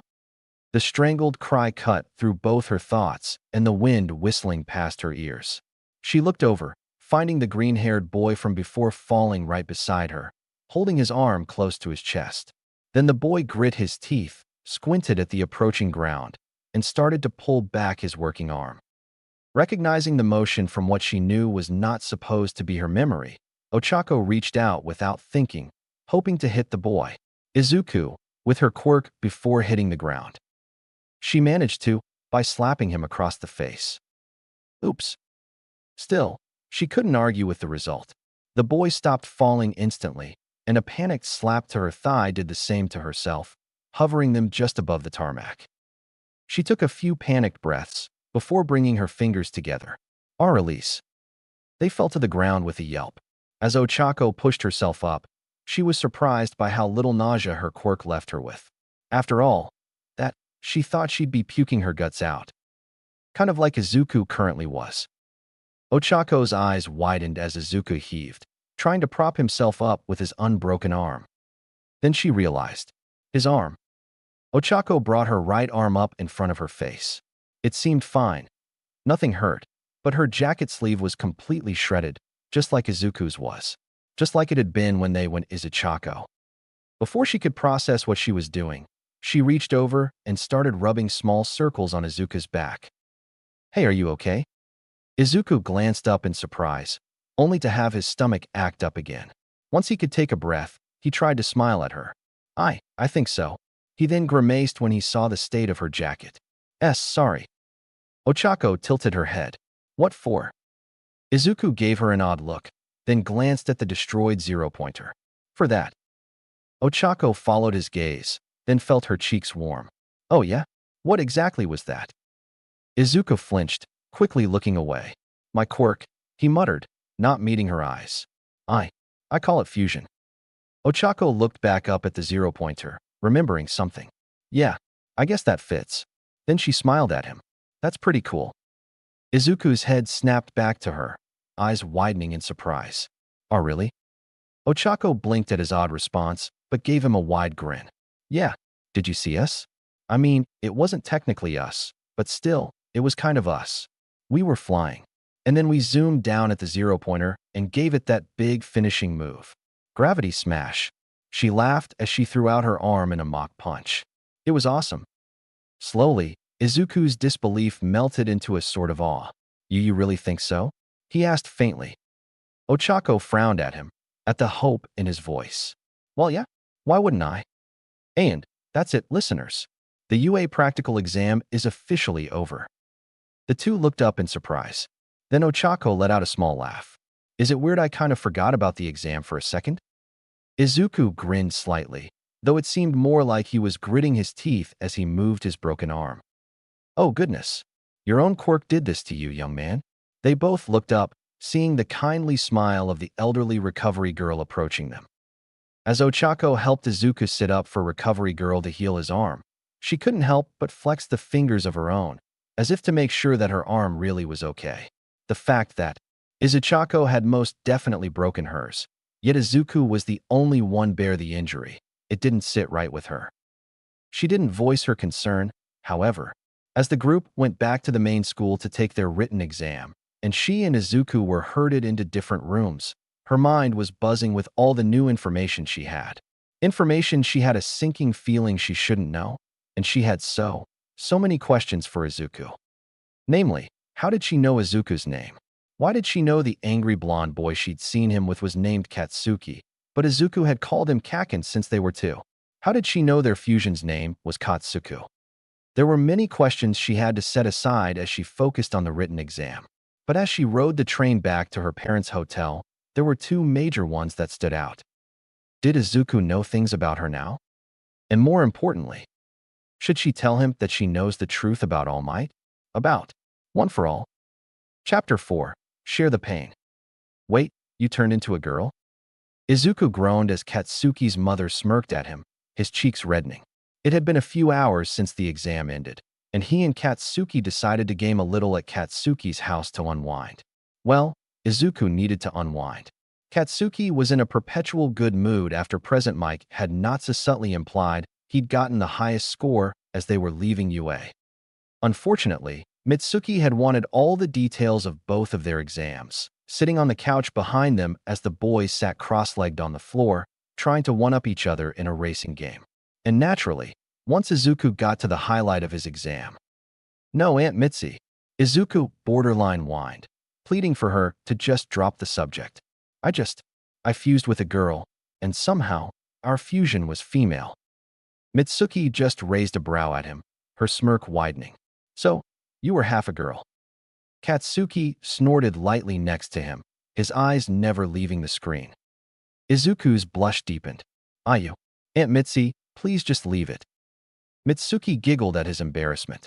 Okay, I've had my fun. I need to head down to the store anyway. She got off the couch to leave, but first leaned down to ruffle Izuku's hair. Seriously though, Izu, it sounds like you cleaned house. Good job. Izuku ducked his head a little, smiling as his cheeks slowly cooled. Thanks. Mitsuki chuckled at him, going to collect her keys. Just don't stay too long, kiddo. Inko's probably planning some big you did it dinner back at your place. She paused in the doorway before leaving, suddenly yelling. You hear that, brat? You better not still be keeping Izu here when I get back. Yeah, I heard you. You old bat. Katsuki grumbled under his breath. I heard that. She yelled back, slamming the door behind her. You were supposed to. Katsuki called after, eyes glued to the TV screen. Izuku's sweat dropped at the interaction. I'll never get how these two work. A few minutes passed as the two kept playing, the only sounds in the house being the revving engines and squealing tires from the game they were playing. Izuku's brow furrowed as he focused on the game, trying harder than usual to win. Maybe if he just kept his mind on the game. So, Katsuki suddenly said as his thumbs flew across his controller. You gonna tell me why you keep zoning out today? Izuku froze, his car on screen literally crashing and burning. By the time he was able to speak, Katsuki had won the race. WWH, what do you mean? He stuttered, failing to sound nonchalant. Katsuki took a deep, obviously exasperated breath, then set down his controller. He fixed Izuku with a hard stare, crossing his arms. Deku, ever since we left the exam, you keep staring off into space, then freaking blushing. It's getting creepy. What the hell? Izuku grimaced, hanging his head. He really didn't want to talk about this. Wringing his hands nervously, he decided to start with a question that had been bothering him. Kaken, when we turn into Katsuku and then unfuse, do you ever remember things? Katsuki blinked, not having expected the question. Then his eyes narrowed suspiciously. What kind of things? Izuku winced, not meeting Katsuki's eyes. Like, stuff you didn't know about me before we fused? Katsuki gave him a weird look. No. Then he paused, looking thoughtful. Well, I guess once or twice, I knew what you had for breakfast that morning. Izuku's head snapped up, eyes wide. Really? Katsuki leaned back in surprise at Izuku's shout. Damn it, Deku, back up. He physically shoved Izuku out of his face when the boy got too close.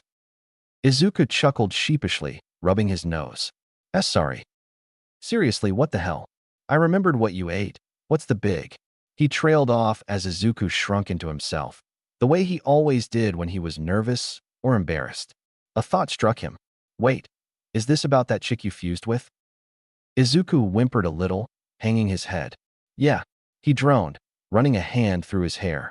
I think when we unfused, she left some things behind. Katsuki blinked, then looked Izuku up and down. I remember stuff. Izuku clarified before his friend could make any kind of assumption. Stuff that I shouldn't know. Such as, I knew Ochako's name before she told me. Katsuki blinked slowly. You're kidding. He held up a hand before Izuku could speak, scowling. What am I talking about? It's you. You're not kidding. Okay, explain. What the hell do you know about her? Not a lot. Just some basic stuff. Izuku did his best to look unbothered. Katsuki wasn't buying it. Such as? Izuku swallowed thickly, not meeting Katsuki's eyes. Like her name. Her parents' names. Her quirk. He blushed. Where she lives. He was mumbling now. Her phone number. Deku, that is fucking creepy. I know. Izuku wailed, burying his blushing face in his hands. But I can't help it. After we unfused, it was all just there. He tapped the side of his head, whimpering. Katsuki stared at his friend in blatant disbelief. Then he shook his head, chuckling under his breath. I swear, man, only you. How the heck does that even work? Izuku just groaned, pressing his face harder. Katsuki could only laugh at his friend's misfortune. Then he stopped short, having a thought. Wait, Deku, if you know stuff about her, do you think she knows stuff about you? Izuku blinked, having not thought of that. I guess. He considered for a moment, then tilted his head up, grimacing. Actually, I bet she does. She didn't really freak out when we unfused, and she didn't have that many questions. She remembered what Izuchako did, so he trailed off when he caught Katsuki giving him an intense look. What? Deku. Katsuki started lowly. Didn't you say you knew about her quirk? Yeah? He answered, not getting why his friend was asking. Katsuki's look shifted to a glare, filled with annoyance and something else. Does that mean she knows about your quirk? Izuku blinked. I guess, but then it clicked. His eyes blew wide as his face paled. One for all. Katsuki gave a slow nod. Yeah, your fusion used it during the exam, right? Izuku paled further and thought about it by name. He squeaked, his hands starting to tremble. Katsuki cursed under his breath. This could be bad. If she knows about One for All, she might know about All Might. Izuku finished, feeling like he was about to faint. Katsuki flicked him hard on the forehead before he did, just out of habit. Yeah, and if she blabs, well, we're screwed. He growled under his breath, trying to think. You said you know her phone number? Why, yeah? Call her. We need to find this chick, find out what she knows, and find a way to keep her quiet if she does. What? Izuku yelped. Kaken, two can't just call some girl I don't know. Katsuki was undeterred, giving Izuku a malice-filled smile. Well then, good news, Deku. You do know her, dumbass. More than you should. And that's the whole freaking problem. Call her now. Izuku squirmed under Katsuki's blazing gaze, before pulling his phone out with a whimper. He started typing out the number he should not know. When his phone started ringing, Izuku yelped in surprise, fumbling with his phone. He shot Katsuki a freaked-out look, his friend looking only mildly surprised. With a healthy dose of dread, he looked down at his phone and let out a sigh of relief. Oh, he breathed with a chuckle. It's just my mom. Katsuki rolled his eyes as Izuku answered. Hello, Mom? Hi, Izuku, sweetie. Izuku frowned when he heard the nervous edge in his mother's voice. I'm sorry to bother you while you're with Katsuki, but I need you to come home right away. Izuku's frown deepened. Is something wrong? He shot Katsuki a look, and the blonde leaned in so he could hear himself. Well, Inko's voice lowered to a whisper. I'm not sure. There's a girl at the door asking for you. Izuku's heart stopped. He looked to Katsuki in horror, his friend's face going slack. A girl? He asked faintly. Yes, She says her name is Yurariko Ochako. That you two met during the exam? She said she wanted to talk to you about. All Might. Izuku's brain stopped working. Katsuki slapped his hand over his face. Izuku, sweetie, are you there? She received no answer. Izuku and Katsuki were already scrambling out the door. Ochako twiddled her thumbs nervously from her place on the Midoriya's couch. What am I doing here? She wondered for the umpteenth time. It was a pointless question, and she knew it. The longer she sat in her hotel room with her parents, listening to them congratulate her exam run and pretending that everything was all right, the more all these new, unwanted memories ate away at her. She'd left out the whole fusion thing. She had a feeling her parents may take things a bit out of context, and, yeah, best to avoid that. So when the afternoon started to wind down, she managed to convince them to let her roam around on her own for a bit, experience the city before they left for home. She'd wandered around aimlessly, trying to sort out everything she'd seen, what she'd remembered. Izuku, worried about what she thought of his quirk, recalling the reactions of everyone else who knew about his fusions. Katsuki, bopping Izuku on the head when he started doubting himself, yelling words that sounded as much like insults as they were encouragement. All Might, the invincible, unbeatable, #1 hero All Might, thin and frail, showing the poorly healed remains of a gaping wound.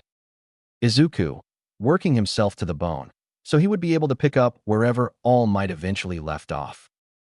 Ochako had drifted through the city on autopilot, no real destination in mind as she lost herself to everything. Then she'd found herself at the train station, her feet having taken her there as if by instinct. She'd spent about a minute just looking around, considering her options, before looking for a route map in search of Mizutofu. Here you are, dear. Ochako blinked, startled out of her thoughts as a mug of green tea was held out in front of her. Oh, her cheeks tinted as she took the mug, giving a small smile to her unexpected host. Thank you, ma'am. Inko smiled in return, taking a seat beside the girl on the couch. It's no problem. Yurarika, right? Ochako nodded, taking a sip of her tea. Yes, ma'am. Again, I am so sorry for just showing up so unexpected. Inko waved her off. Think nothing of it. It was a bit of a surprise, but you said you had something important to tell my son? Ochako ducked her head. Very, ma'am. Something, happened during the exam, and she trailed off, her face reddening the more she talked. I should really wait until I can talk to him. Inko gave her an odd look, but pushed onward. Well, you shouldn't have long to wait. Knowing you were here must have lit a fire under him, from what I could hear of their rushing. A sudden beeping sound came from the kitchen, making Inko rush off the couch. Oh, that'll be the oven. Excuse me a moment, dear. Oh, it's no trouble. Ochako called after her as the petite woman moved into the kitchen. She let out a sigh, looking around the apartment. It gave her the strangest feeling, being there. She was in a stranger's home, yet it felt so familiar, which just made things all the stranger. Suddenly, the front door slammed open, making Ochako jump, scrambling off the couch to face it. A now familiar boy with a head of green hair stood bent over in the doorway, panting for breath. Mom, he gasped. I'm here. Where's his voice died as he looked up, mouth hanging open as he saw who was in front of him. Ochako offered him an awkward wave and a smile. Hey, Izuku. Izuku worked his mouth a few times before squeaking out, Hi. God damn it, Deku. A voice called out through the open door, the sound of pounding footsteps fast approaching. We had the same damn training. How are you faster than Katsuki? Fell silent as he rounded the door, blinking at her in surprise. Ochako smiled at him as well. Oh, hi, Kakin. Katsuki's eyes bulged, and Ochako's face reddened a moment later. Katsuki. Bakugo. She slapped both hands over her mouth before she could embarrass herself further, her eyes wide and her face inflamed. Katsuki's eye twitched as he took in the blushing, round-faced girl in front of him. He slowly turned his head towards Izuku, who could only look back in horror. Deku, Katsuki started, his voice distressingly calm. All Might is going to kill you. He's going to find you. He's going to throttle you. And I am going to help. For his part, Izuku could only squeak in fear. Come on, All Might, pick up the phone. Ochako watched as Izuku paced around the living room, pressing his phone against his ear with both hands, getting more and more desperate with every failed call. Katsuki sat next to her on the couch, arms crossed as his eyes followed Izuku's path. Inko watched the three from the kitchen, a concerned frown on her face as she went about preparing more food, ever the gracious host. After the 10th unsuccessful call, Ochako tried to break the tenseness of the room. So, she started, turning towards Katsuki. You and Izuku fuse into. Katsuku? Katsuki let out an exasperated breath, not looking at her. Yep. Ochako nodded awkwardly. So what's he like? Katsuki glanced at her, then folded his arms behind his head. You know what I'm like through Deku's memories? Ochako blushed at the blunt reminder of why she was here. A bit, she admitted. Katsuki grunted in acknowledgement. Well, take that, and put it through a Deku filter. That's about as good an explanation as I can give you. He then looked at her out the side of his eye, ignoring Izuku's wail at yet another failed call. What about yours? Izushaka, right? Ochako couldn't help but pout a bit. Izuchako, actually. And, I don't know. I guess she acted kind of like me. Except, her brows pinched together. She talked out loud. A lot. Katsuki snorted. I'm going to take a wild guess and say you speak your mind a lot? Ochako frowned. Not that much. Another snort. No, but... He gave her a hard look. Outgoing speaker. He bobbed his head towards the panicking Izuku. Plus compulsive mumbler. Ochako blinked. Oh, is that how it works for all his fusions? Just mashing personality points together like that? The blonde gave a non-committal shrug. Considering he's only ever made 2 of them. I have no freaking idea. Ochako looked startled. Wait, only 2 so? Yep, just us. Katsuki chuckled under his breath, sending an unkind smirk her way. Welcome to the Weirdo Club. But his quirk is so cool. She didn't notice Izuku blush as he continued his pacing. Why wouldn't he? Because we go to school with idiots. The way Katsuki's voice darkened made Ochako drop the subject, sensing a touchy subject.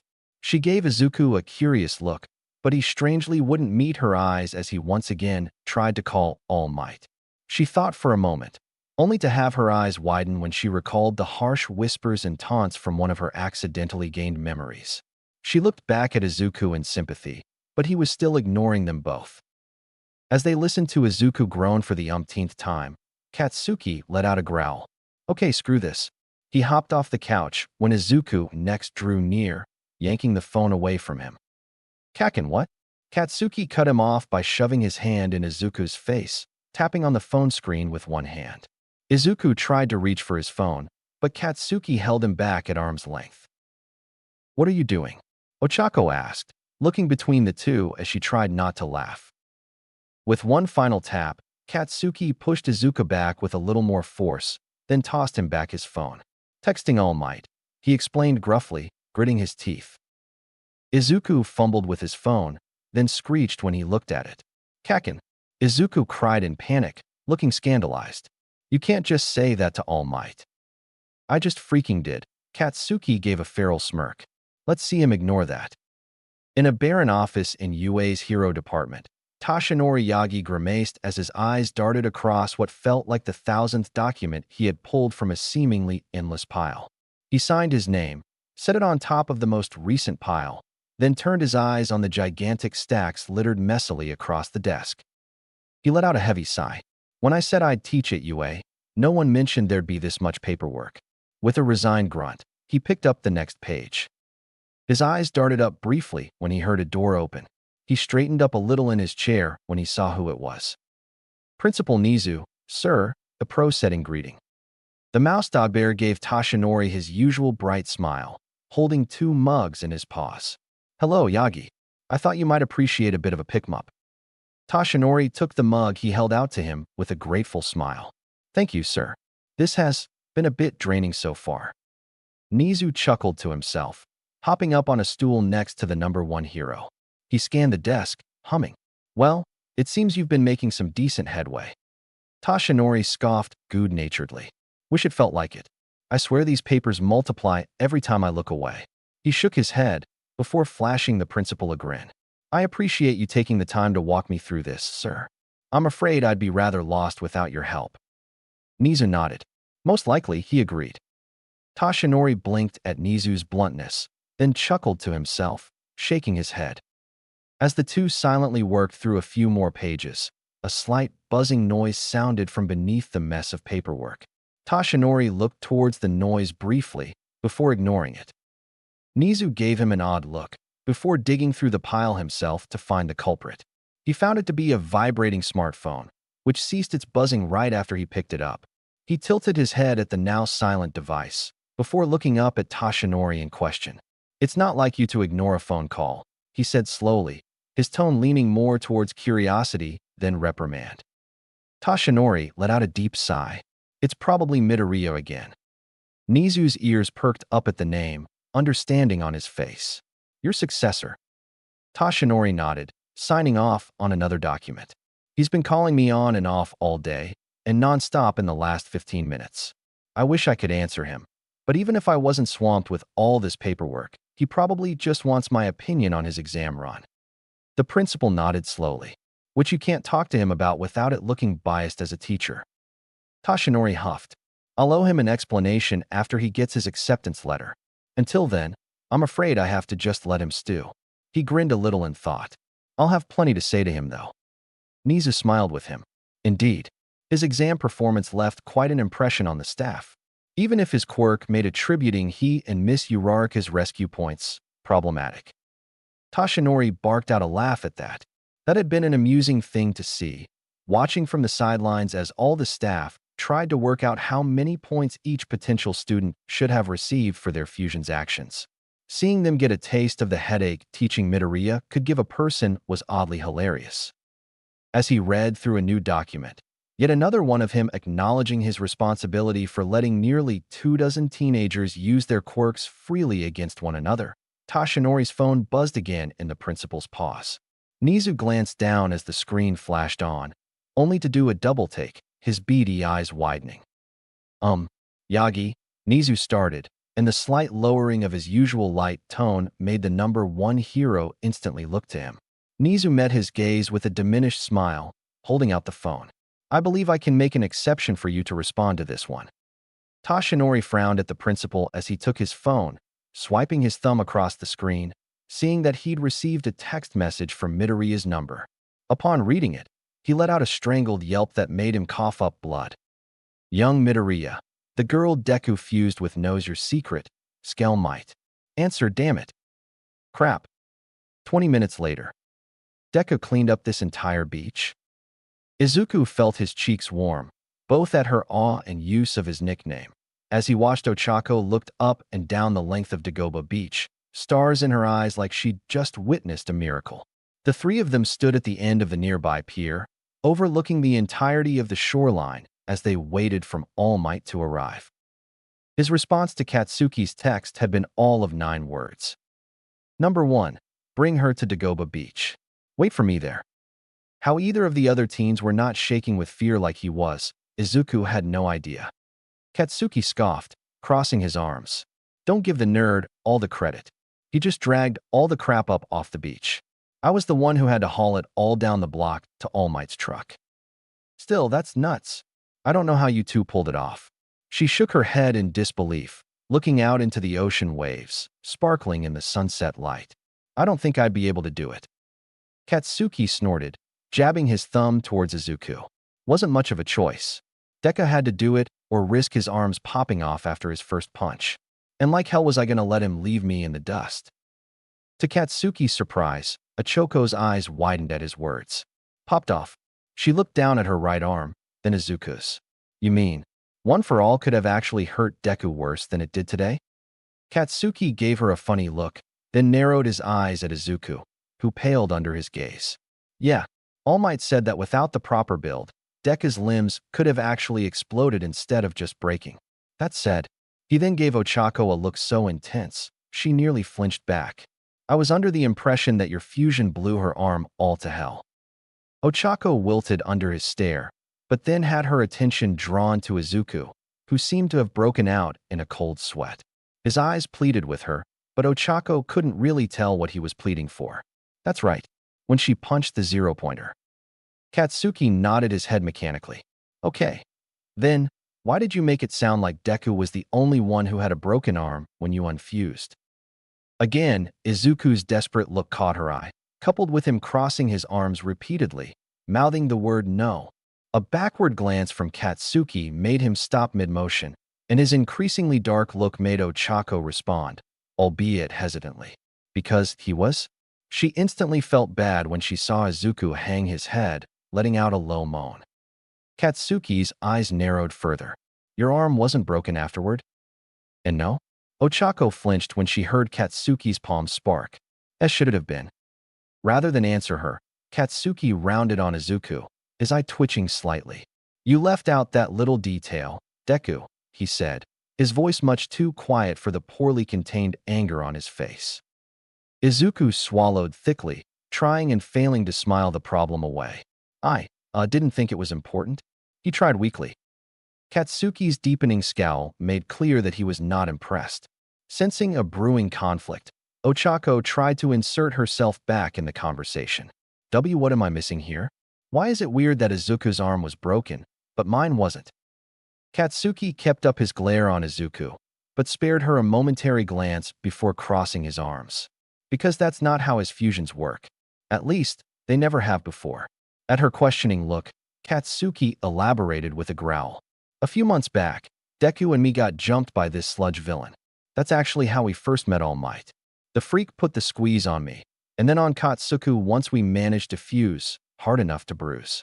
His eyes narrowed dangerously as he looked back at Izuku, who looked about ready to leap the railing and start running up the beach. Later on, we were both covered in bruises. The same bruises, in the exact same spots. Thing was, though, they were already half-healed. Ochako's eyes widened as the implication sank in. Then shouldn't my arm have been broken when we unfused? Katsuki growled under his breath. Yeah, it should have.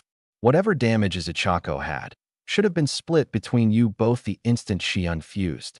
That's what always happened before. Ochako slowly turned to look at Izuku, her brows coming together when he wouldn't meet her eyes. But Ochako didn't know what would happen if she broke her arm. She probably didn't know because you didn't know, Katsuki snarled lowly. And as for the other part of her, I think that was because Deku was trying something he didn't know would work. He stomped right in front of Izuku, leaning threateningly over him. Well, Deku? Izuku swallowed nervously, grinning in fear. Well? His hesitation seemed to be all the affirmation the blonde needed, his palm sparking as he grasped Izuku by the front of his shirt, pulling him so they were no Zetanos. You idiot. You tried to force all your fusion's damage onto yourself, didn't you? Tu didn't actually try. Izuku tried to defend as Katsuki started shaking him. Tu didn't even really think about it. She didn't know what my quirk could do to her. I didn't want her to get hurt. If anything, this just seemed to make Katsuki angrier. Dumbass, you don't have to think about it. It's you. You are obsessed with helping people, even if you wreck yourself to do it. Keeping people from getting hurt? It's probably ingrained so far into your brain, you don't even know it. As much as Ochako didn't approve of Katsuki manhandling Izuku, she couldn't help but agree with his words. Deku, she said softly, drawing their attention. You shouldn't have done that. Izuku blinked at her in shock. But, Ochako, your arm would have been broken. Ochako frowned at him. Yeah, but it wasn't just my arm. You took my quirk's nausea, too. That's not fair to you. Katsuki snarled, taking Ochako's words a bit differently than she'd intended. What? Deku, what the hell? What's the point in you protecting anyone if you just ruin yourself in the process? What kind of hero's that stupid? Izuku floundered for a response, blindsided by having both teens team up against him. I'd have to agree. All three teens looked up in surprise at the low, deep voice that sounded behind them. They whipped their heads to the side, surprised to find a tall, lanky figure standing in the shadow of the nearby pavilion, its sunken blue eyes focused wholly on Izuku as it approached. When Ochako laid eyes on All Might's true form, her eyes widened in stunned awe. All Might. She couldn't help but whisper in disbelief. All Might gave her a long look, before giving her his best attempt at a reassuring smile. I'm afraid so, young lady. I'm sorry you have to see me this way.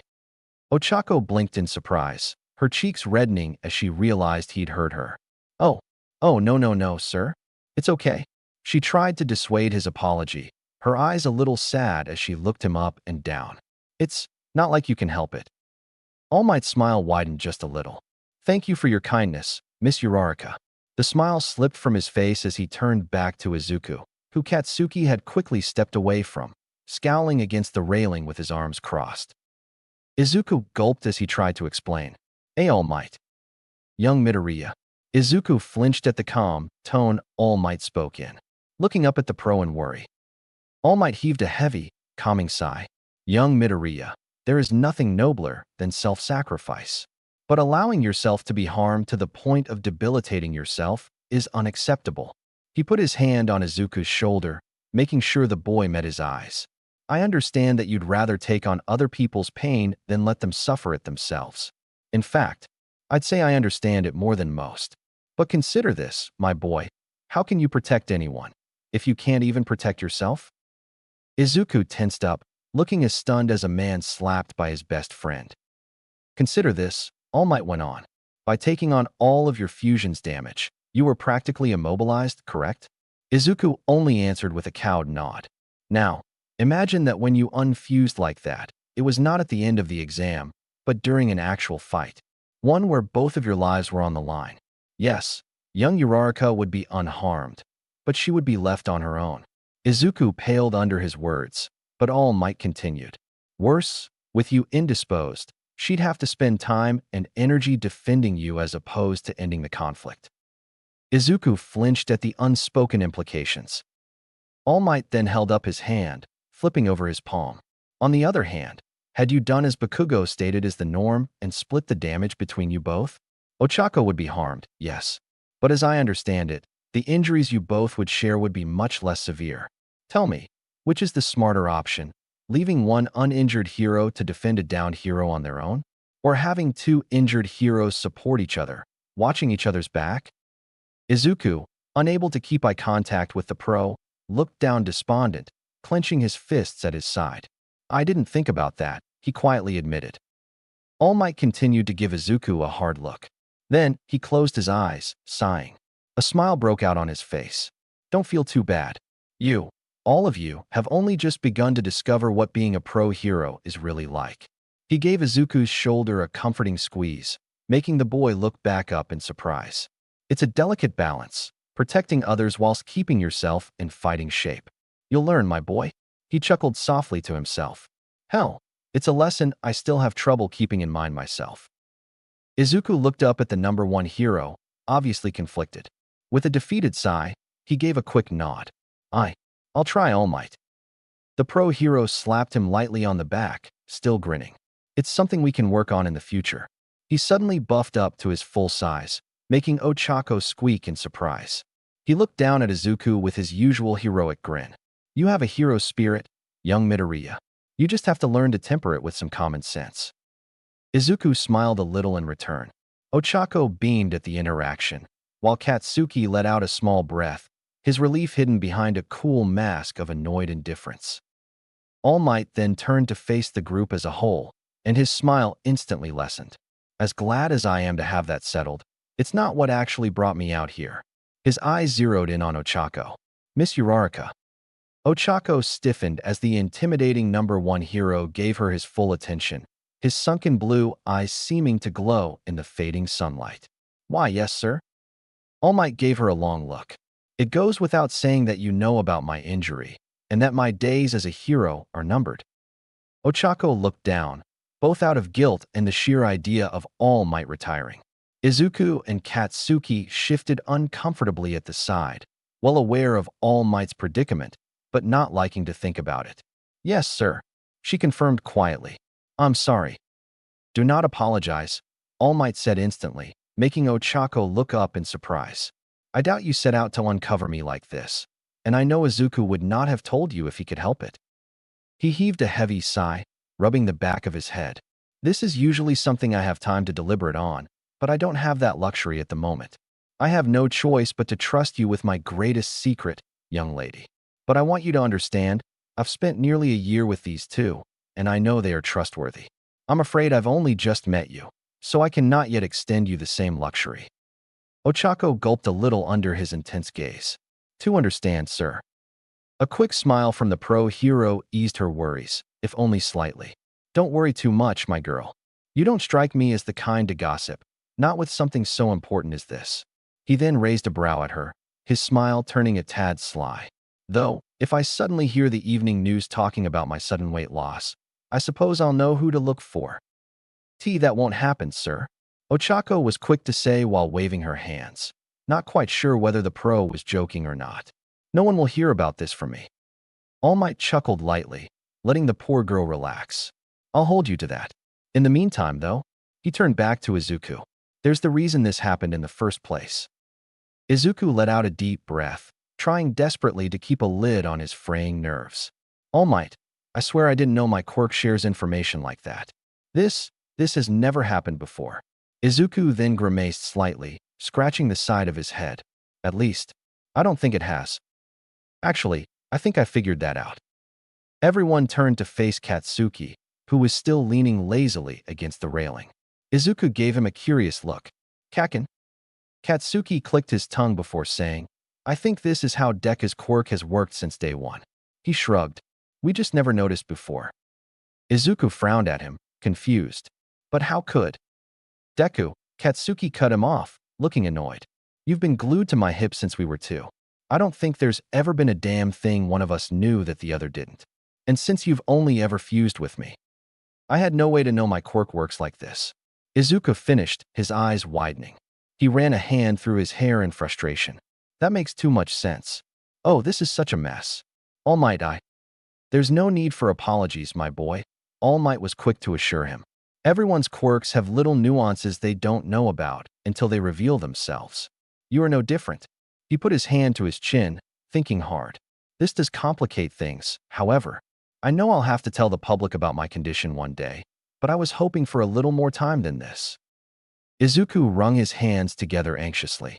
Well, I could just not use human fusion from now on. Absolutely not. Deku, no? Don't even think about it, Deku. Izuku nearly tumbled over the railing and onto the beach as he was suddenly yelled at from all sides. He stared back with wide eyes as All Might, Ochako, and Katsuki gave him hard looks filled with varying degrees of determination and certainty. No buts, Deku. Katsuki yelled as he walked up and bopped Izuku over the head. Your quirk is too damn useful and too damn awesome for you to just let it go to waste. Kaken's right, Deku, Ochako affirmed, either ignoring or not noticing Katsuki's sharp glare at the use of his nickname. I'd have been crushed today if not your quirk. You can't just ignore it. I have to agree, my boy. All Might put a hand on Izuku's head, ruffling his hair with a smile. You can do so much good with your quirk, even beyond that of One for All. You can't cripple your heroic potential before you even get started. But he looked between them all in desperation, as if unable to comprehend their belief in him. He finally looked up at All Might, pleading with his eyes. How can I fuse with other people without exposing your secret? All Might hummed to himself. There may be a way around it. I've heard of heroes being able to counteract villains with mind-reading quirks solely with mental preparation. So maybe. He looked back down at Izuku with a reassuring grin. I'll start asking around. I know a few people who might be able to offer us their assistance. In fact, he snapped his fingers, his smile widening. I actually know one hero with a mind-reading quirk. Maybe she can help you create a mental block or the like. In the meantime, don't be afraid to use your quirk. The only people you'll probably be fusing with are either the UA faculty or your fellow students. Worst case scenario, we have a talk just like this one with whoever you fuse with. He ruffled Izuku's hair again, smiling. It'll be okay, my boy. Izuku didn't look totally convinced, but gave All Might a weak grin anyway. All right, All Might. If you're sure. All Might gave a firm nod. I am. And you will be too, once you start your training proper. Izuku's smile widened a little. Then, suddenly, he tensed. Wait, my training proper? Izuku looked up at the pro with wide eyes. All Might, do you know if I passed the exam? Something fizzed in the back of All Might's mind, a feeling of dread worming its way into his non-existent stomach. I, I. His stuttering only seemed to fuel Izuku's hopes. You do, don't you? Did I pass? All Might could feel the sweat trickling down his neck as he floundered. Well, my boy, you see. The lack of a proper response brought Izuku's hopes crashing down. Then, I didn't. The way Izuku's face instantly crumbled sent a pain right through the pro's heart. No.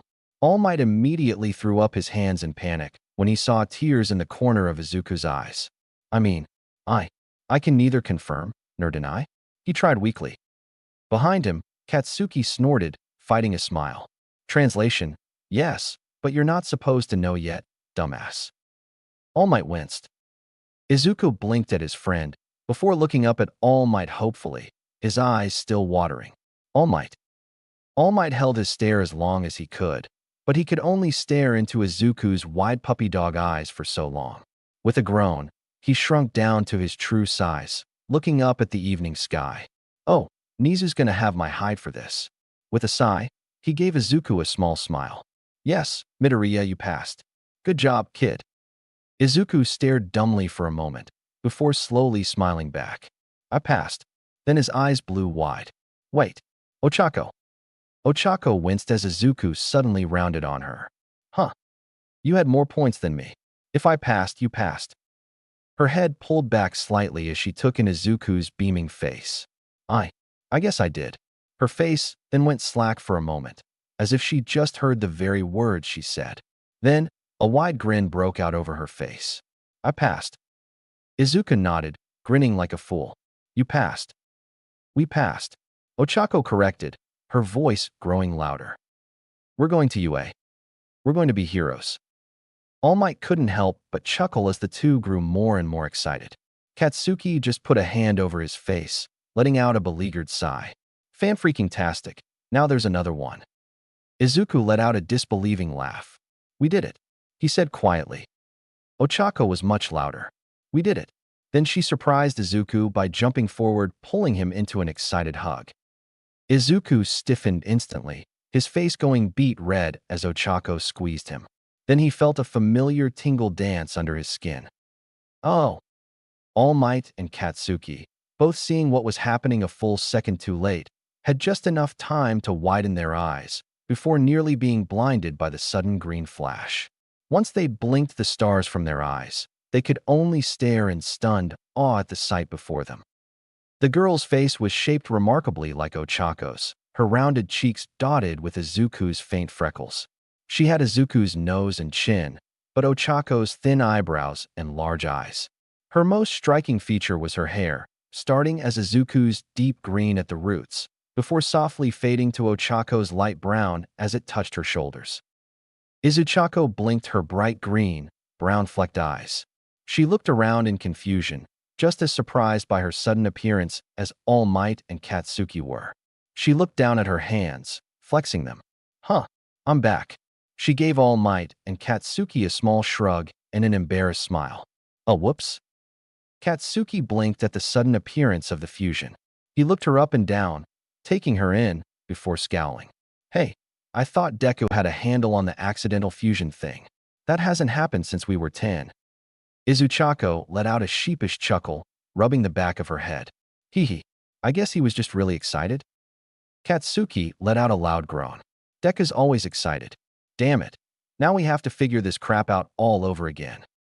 All Might could only scratch the side of his head, watching as the female fusion pouted at Katsuki's annoyed grumbling with a bewildered look. What have I gotten myself into? Chapter 5, Class 1A. The next few weeks passed in a blur. Ochako and Izuku had officially traded numbers, along with Ochako giving Katsuki her number so they could all stay in contact. That became a bit of a moot point after Ochako revealed she was looking for an apartment to rent closer to UA, and Inko had informed them she and Izuku's building actually had an opening on the floor below them. They had officially received their UA acceptance letters 1 week after their meeting with All Might. with Izuku and Ochako discovering that they had each earned an extra 50 rescue points on top of their original scores, putting Izuku at third overall at 75 points and Ochako at number 1 with 78. This not only completely gobsmacked Ochako, but angered Katsuki to no end upon finding out that she'd edged him out for first, landing himself at second with just his 76 villain points. This had dubbed her an official rival in his eyes, much to Ochako's confusion and Izuku's exasperation. Then came Izuku and Katsuki's last week of middle school.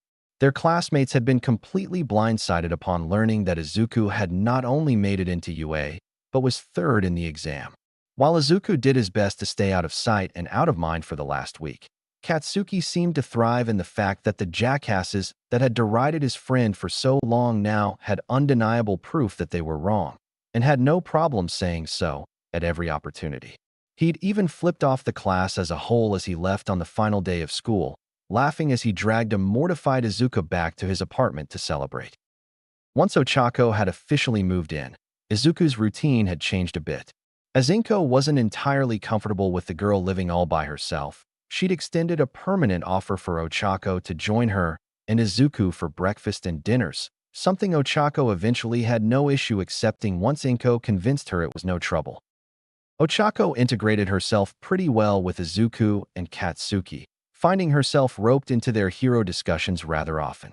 As the first day of UA rapidly approached, the three would find themselves huddled around the Midoriya's coffee table, going over costume ideas and different ways to use their quirks. It surprised Ochako to no end when Izuku revealed his vast library of hero notebooks and managed to break her quirk down in ways she'd never even considered. She and Katsuki had an interesting dynamic. Calling them friends was a bit of a stretch, at least if Katsuki was asked, but Izuku couldn't think of them as anything else. Katsuki at least tolerated Ochako's presence far more than anyone from their middle school, and Izuku had a sneaking suspicion that his blonde friend was more impressed by her than he'd ever admit. The fact that she never seemed intimidated by him in the slightest, no matter how surly Katsuki got, probably had something to do with it. And they both had one major common goal that quickly got them working together more often than not: breaking Izuku of his self-sacrificing habits. Easier said than done. Before they even knew it, the first day of UA was upon them. After a large breakfast and teary farewell with his mother, Izuku and Ochako met up with Katsuki and made their way to the train station. And the whole ride there, Izuku just could not calm down. Seriously, Deku, freaking relax already, Katsuki growled irritably, slinging his backpack over one shoulder as they made their way up the street. Izuku hung his head, well aware of how his whole body wouldn't stop shaking. "I can't," he whimpered. Ochako stifled a giggle. "Could you at least try? You're going to vibrate out of your shoes at this rate." Izuku just moaned mournfully, prompting Ochako to give him a small pat on the back and stifle more laughter. They finally reached the school, and Izuku couldn't help but look around at all the other students milling around the grounds. He had a mini freak-out every time he recognized an upperclassman from the previous year's sports festival, but Katsuki was quick to pull him along before he could gawk for too long. After searching around the surprisingly large campus for a bit, they managed to find their homeroom with a few minutes to spare. All three of them took a moment to tilt their head at Class 1A's surprisingly huge door. "That's a little excessive," Ochako finally said. Izuku scratched his head as he looked up at the nearly 20-foot-high door. "Maybe it's for giant students who can't turn off their quirk?" Katsuki just gave a slight hum. Before pushing the door open without another thought, Izuku and Ochako hurrying in behind him. They were apparently the last students to arrive, given that all but 3 of the 20 desks in the room had somebody sitting in or standing next to them.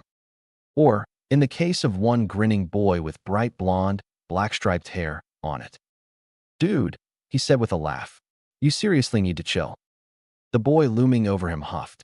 "I will not chill until you return to your seat like a respectful member of the UA student body. You are disrespecting our predecessors who sat in those very seats." Izuku couldn't help but slump a little in resignation. It was the glasses-wearing kid from the exam, the one that had accused him of trying to sabotage the other examinees.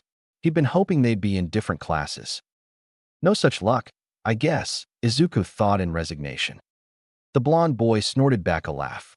You're a bit uptight, ain't ya? Before the glasses boy could give his irritated respectful reply, the girl in the next seat overrolled her eyes, twirling her long earlobes with a finger.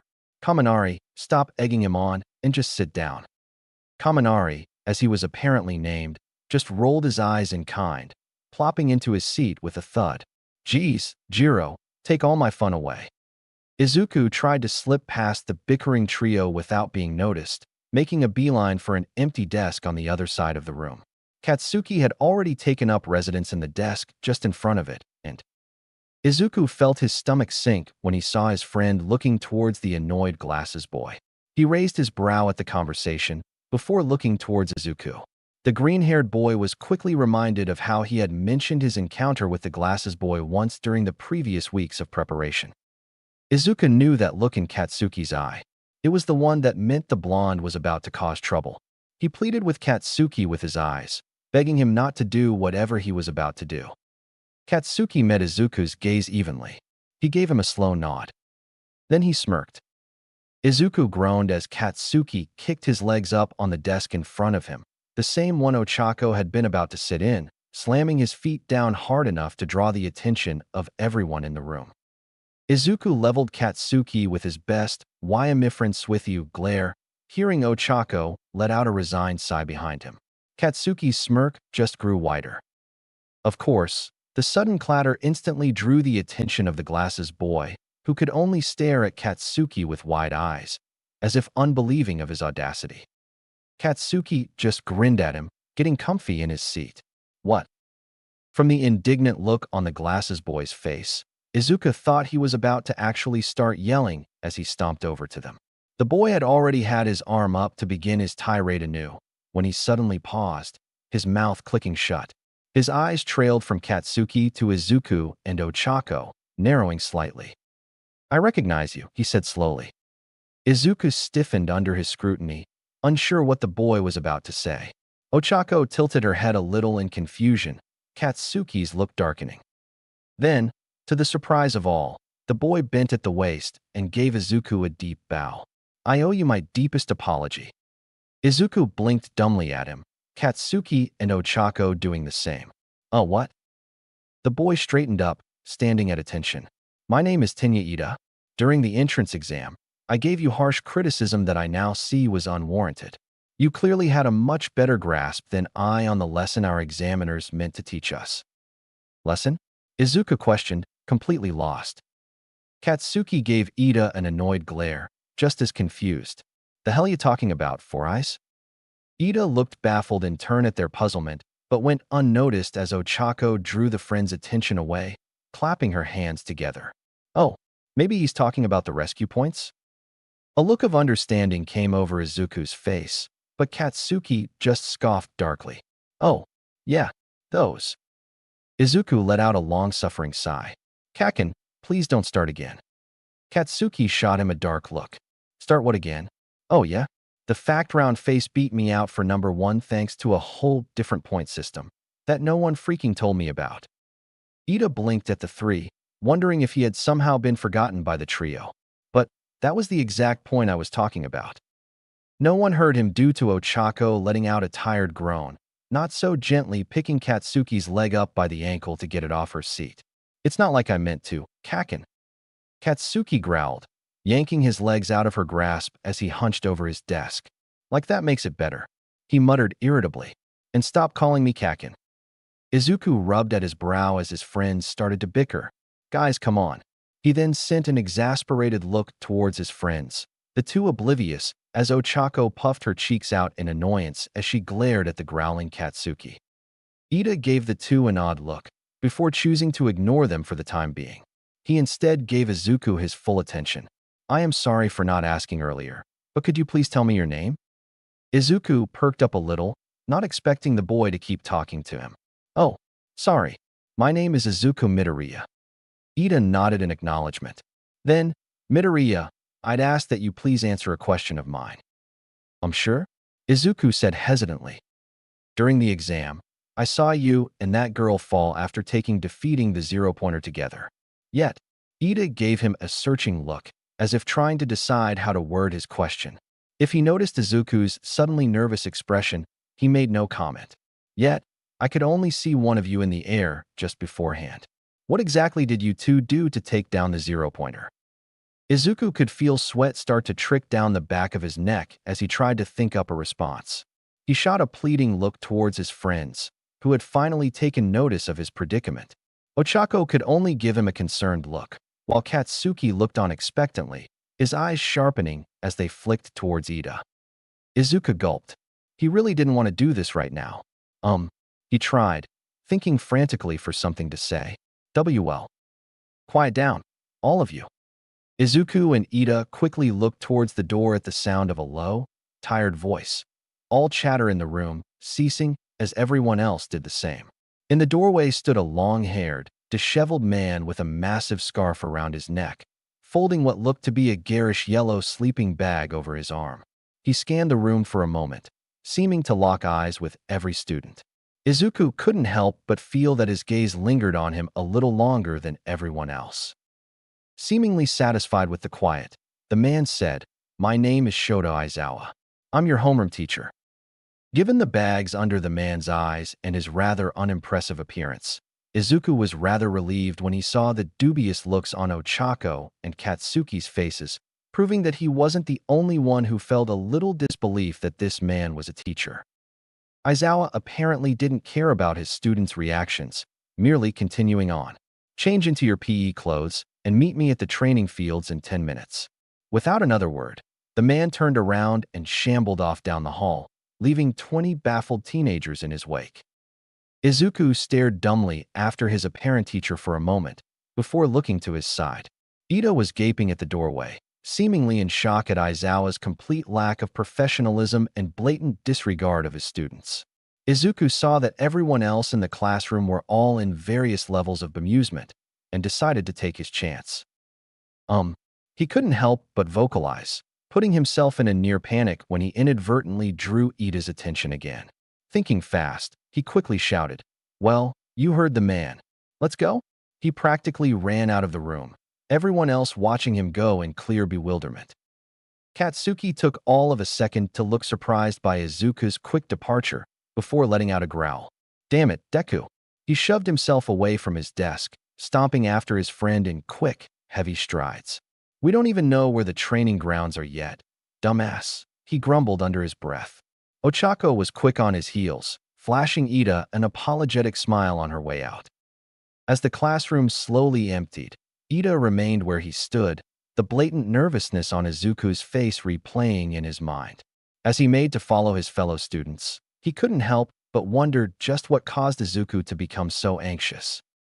10 minutes later.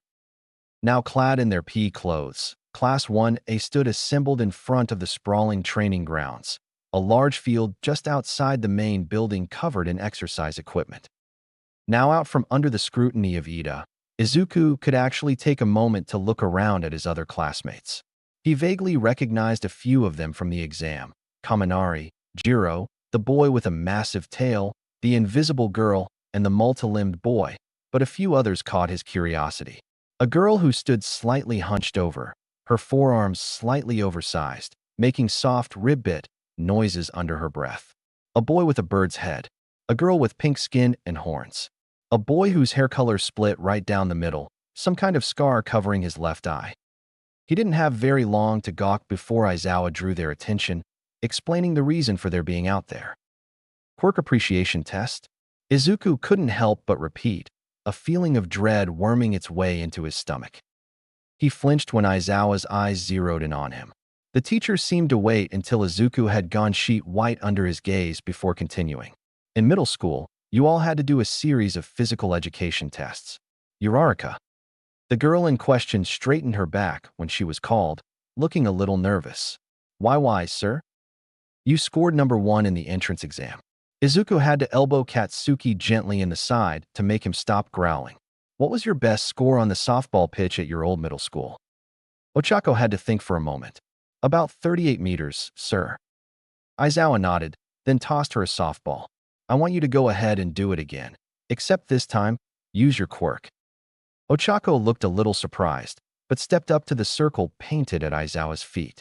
She gave the ball a long look, then turned to Aizawa. Are you sure? She couldn't help but question, albeit hesitantly. Aizawa just gave her another stiff nod. Use your quirk however you see fit, just so long as you do not leave the circle. Ochako gave him a dubious look, then shrugged. She palmed the softball, touching all 5 of her fingertips to it. She pulled back her arm and threw the ball as hard as she could. Everyone watched as the softball traveled a few feet forward, then suddenly arced upward. Katsuki barked a laugh as it went higher and higher. Izuku unable to stifle his smile at the baffled looks from their classmates all around them. They all craned their necks, eventually having to physically lean back to keep their eye on the ball. Aizawa followed the tiny dot as it vanished up into the sky, staring after it until his eyes started to water. He slowly looked back at Ochako, raising a brow. That's not coming back down, is it? Ochako pushed her pointer fingers together, her cheeks tinting as she gave the teacher a sheepish smile. Well, I could let it down. Okay, perhaps a bit extreme for an example, Aizawa admitted, and Izuku thought he could make out the beginnings of a smile under his massive scarf. But my point stands.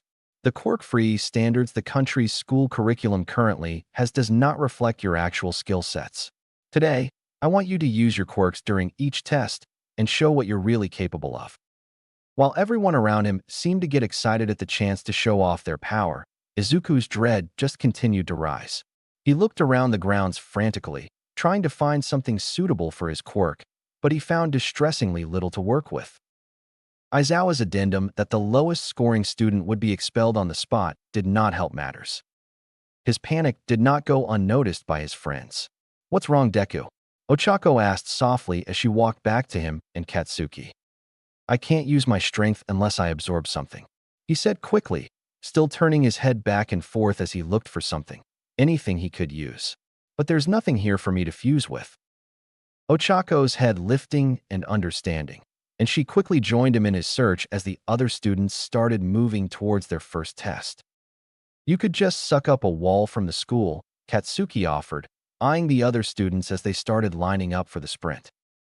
Izuku turned to him, aghast. Kaken, I can't just put a hole in the school on my first day? He crossed his arm and worried, mumbling to himself. Besides, I move better with metal than I do with stone. Excuse me. The 3 looked over in surprise, finding a tall girl with a rather impressive ponytail walking up to them. She gave Izuku a curious look. I'm sorry to intrude, but you sounded distressed. Are you looking for something? Izuku's cheeks started to tint as he looked up at the rather pretty girl, but a practiced thump to the head from Katsuki brought him back to his senses. You, kind of, he mumbled awkwardly. Katsuki rolled his eyes at his friend stuttering. The dope can't use his quirk unless he can absorb something made of metal. And we're fresh out. The girl tips her head up a bit, letting out a small sound of understanding. How much do you need? She then asked, looking at Izuku. Izuku blinked in surprise, not expecting the question. It depends. I can only absorb as much as I weigh, but I could make do with about 20 kilos of something. The girl hummed thoughtfully, then nodded to herself. That shouldn't be too hard. Without another word, she pulled up her shirt, exposing her flat stomach. Izuku and Ochako's faces caught fire immediately, their eyes bugging out, while Katsuki's eyebrows raced towards his hairline. WHWH, what are you?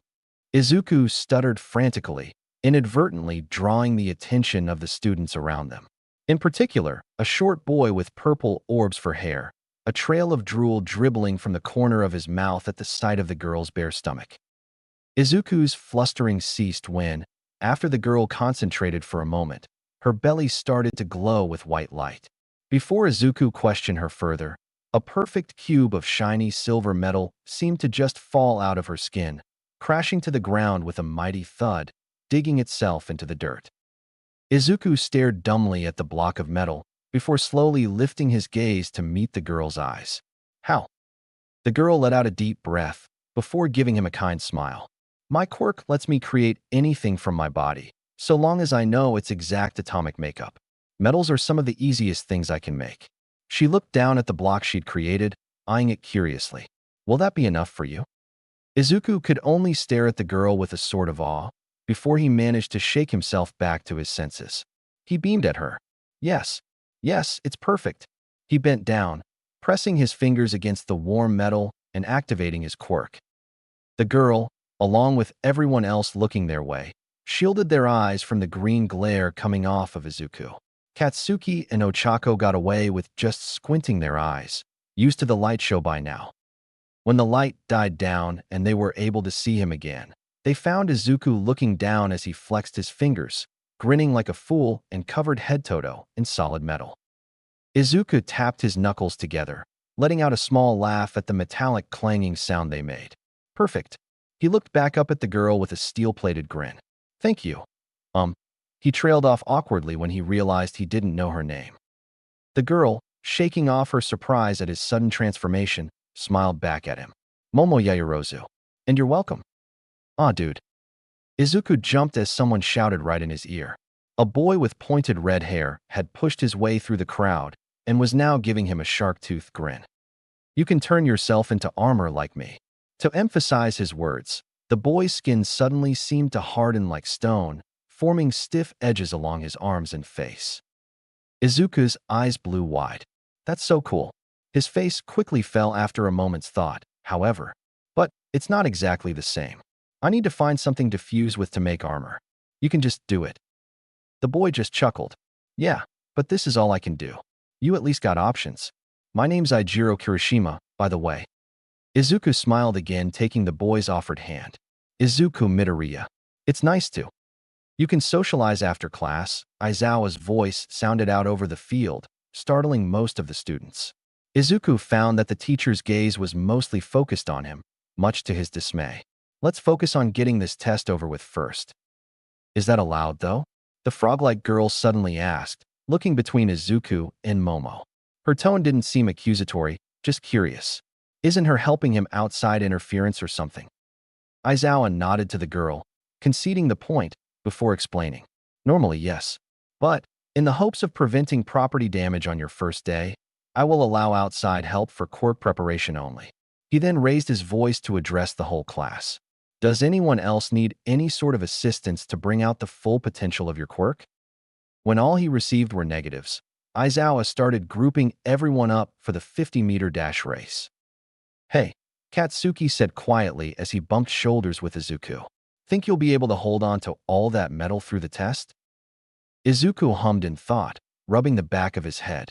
He drew a few annoyed looks at the screeching metal and metal sound the movement produced. I think so. So long as I don't do anything too strenuous. What's your limit up to, Deku? Ochako asked behind him. About an hour if I move normally. But if I do anything extreme. The others easily translated that to if I use one for all. That time's going to go down fast. Katsuki clicked his tongue. Then don't screw it up and overdo it, Deku. I know. Izuku sighed, grinning slightly when Ochako giggled behind them. The tests went better than Izuku thought they would.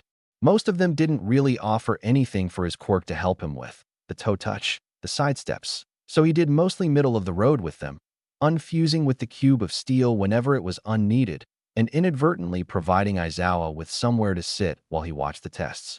He was pleasantly surprised to find he did better than some of the rest of the class on them, just due to his regular training.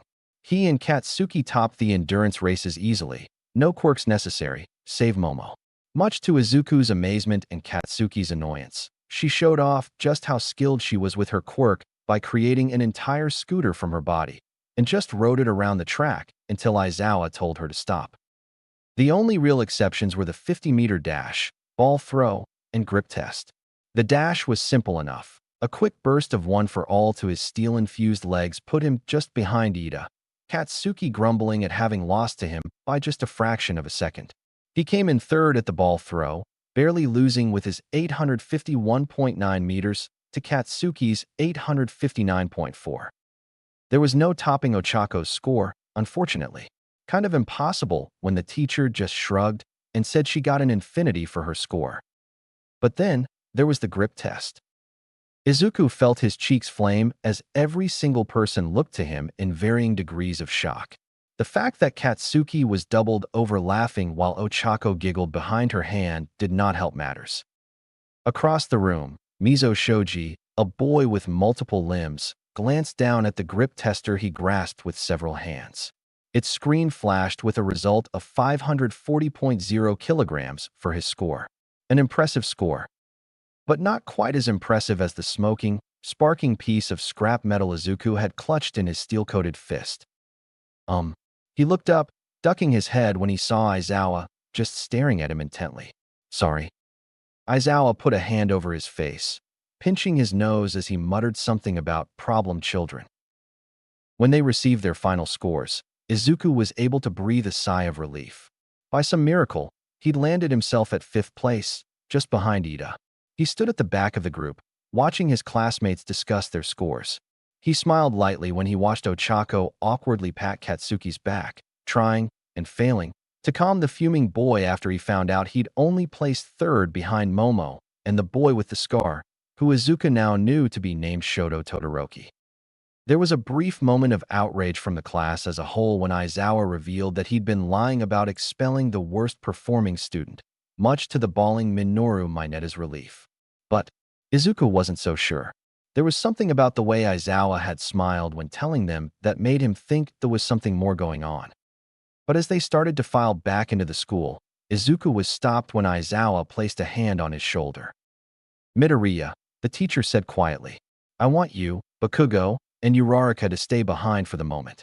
There's something we need to clear up regarding your quirk. Izuku blinked up in surprise at him, Ochako and Katsuki sharing a wary/worried glance between them. They received a few odd looks as their class moved away, mostly from Momo and Kirishima, but no one said anything. Once the field was clear, save for the 4 of them, Aizawa fixed Izuku with a hard look. You held back during the test, he said frankly, his tone sharp. Izuku jerked back in surprise, giving the teacher a baffled look. Yes, sir. I'm sorry, but I don't. Yes, you do. Aizawa cut him off, making Izuku flinch under his heavy gaze. I know that combining with materials is not your only power. You can fuse with people as well.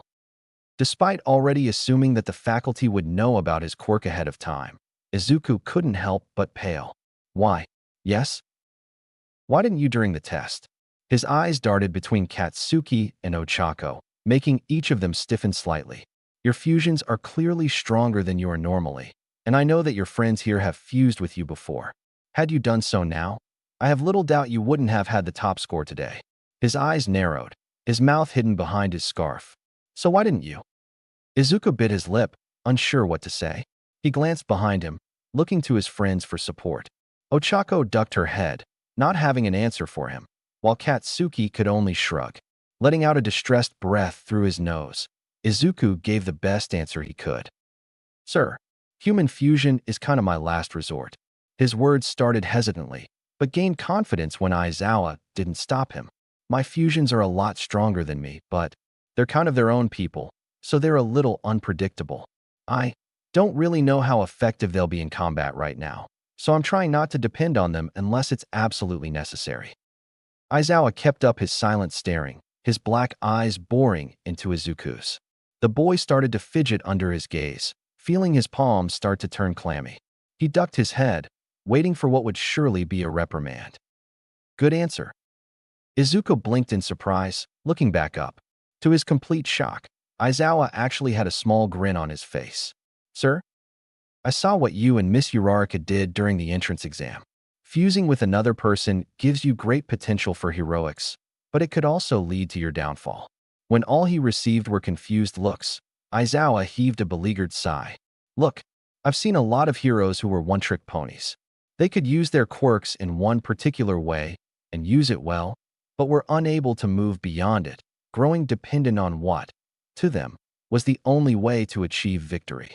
And when their sole means of fighting was unavailable or simply did not work, they had nothing to fall back on. His expression darkened, his gaze intensifying. You can guess how such a hero's career usually ends. Izuku swallowed thickly. You thought I'd be like them? Aizawa gave a slow nod. You have a powerful, unique quirk at your disposal, one with a vast amount of possibilities. My worry was that you would favor human fusion over any other alternative, given that it's the more powerful option. Such a habit would be a detrimental crutch, leaving you defenseless the moment you were left on your own. Izuku nodded with him, slowly understanding. Then what would have happened if I had fused with someone? He asked, a little afraid of the answer. That depends, Aizawa answered. Had you done so partway through the test after being bested by someone else, I would have deactivated your quirk and given you this same talk, only not so kindly. Izuku gulped at his wording, then blinked. Wait, deactivate my quirk? In answer, Aizawa's eyes turned red, his long hair lifting from his head a little. My quirk lets me nullify other people's quirks. It's part of what makes me so effective as a teacher. Izuku looked at Aizawa with wide, awestruck eyes. You're the underground hero, Eraserhead. A large smile spread over Izuku's lips. You. Katsuki suddenly thumped him on the back of the head, giving him an annoyed glare. Deku, geek later, focus now. Ochako giggled lightly as Izuku pouted at Katsuki, rubbing the back of his head. Out of curiosity, she asked Aizawa, what would you have done if Deku had fused with us right off the bat? The teacher shrugged, giving them an unsettling smile as he applied some eye drops. Expel him on the spot, along with whichever of you decided to enable him. All three students paled, Izuku letting out a small squeak of fear. Ooh, Ochako replied weakly. A moment of awkward silence passed, before Aizawa moved on like nothing happened. That being said, human fusion is a part of your arsenal, and I'd be remiss not to acknowledge it. He held up the softball. Now that I have a baseline for where you are on your own, I want to see how one of your fusion scores in the ball throw for comparison. It's your choice which fusion you want to use. It took a moment for Izuku to fully process what Aizawa was asking for. After a moment of surprised silence, he hesitantly turned to his friends. Would you guys be okay with? Katsuki rolled his eyes, snorting. Like you gotta ask, dumbass. Ochako just smiled kindly. It's fine, Deku. Although, she rubbed the back of her head, a little embarrassed. Izuchako would probably just get the same result I did. Izuku nodded in agreement, chuckling a little. Probably. Then, Kaken. Katsuki smirked at him, then held his arm up, palm open. Let's do it. Izuku returned the grin, then mirrored Katsuki, grasping his hand. Aizawa squinted against the green flash of light his students disappeared into, looking over the fusion that took their place. The fusion shook his head of blonde-flecked green hair, his red eyes darting around with an excited energy. Oddly, Aizawa noted, the boys seemed to be wearing only a single set of pea clothes, but they seemed thicker than what the individual boys had had on. He filed that detail away for later. Hey, Ochako. Katsuku greeted her in his double voice, grinning widely. What's up? Hi, Katsuku, Ochako returned, her smile only slightly awkward. She'd met Katsuku a few times over the past few weeks, but still wasn't quite used to being around what was essentially both of her friends smushed together. You know what's up? Yep. Katsuku spun around to face Aizawa, making a show of rolling his shoulders. Teach wants to see how far I can throw compared to Izuku. He flashed Aizawa a grin. I'll try not to disappoint. Aizawa raised a brow at his apparent attitude, then tossed him the ball. Katsuku stepped into the circle and palmed the ball a bit. Okay, he muttered to himself. Explosion already has a bit of a boost, but strength-wise, can't completely bust myself or Izuku, and Katsuki'll be busted. He hummed a little under his breath. Then he perked up, his eyes widening. Got it. With an almost manic grin, Katsuku pulled back his arm. You might want to cover your ears. He called out. Ochako, having learned the hard way to listen to Katsuku's warnings, instantly clasped her hands over her ears. After a moment of eyeing her, Aizawa slowly did the same. Katsuku's grin seemed to widen as he felt the heat in his palms, the sparking just under his skin. Smash. He threw. Blast. A concussive blast shook the windows of UA as the softball soared high into the sky, trailing smoke and green flames. Katsuku put a hand up to shield his eyes, watching proudly as the ball disappeared out of sight, letting out a small laugh. With the threat of hearing loss over, Aizawa uncovered his ears and pulled out his phone. He watched as the distance the ball's sensors recorded climbed and climbed, quickly beating the best scores of the day by a wide margin. When they finally stopped, he couldn't help raise his brows, slightly impressed. 2,277.0 meters. More than your individual scores combined. Rather than the whoop of satisfaction he expected to hear, Katsuku let out a hiss of pain. He looked up to find Katsuku cradling his hand, scowling. Damn it, he grumbled under his breath. Ochako took in a concerned breath when she saw that his index finger was swollen and purple. Katsuku, are you okay? Katsuka scoffed. Yeah, he said, giving his hand a good shake, wincing. I'm good. I think I broke my finger, though.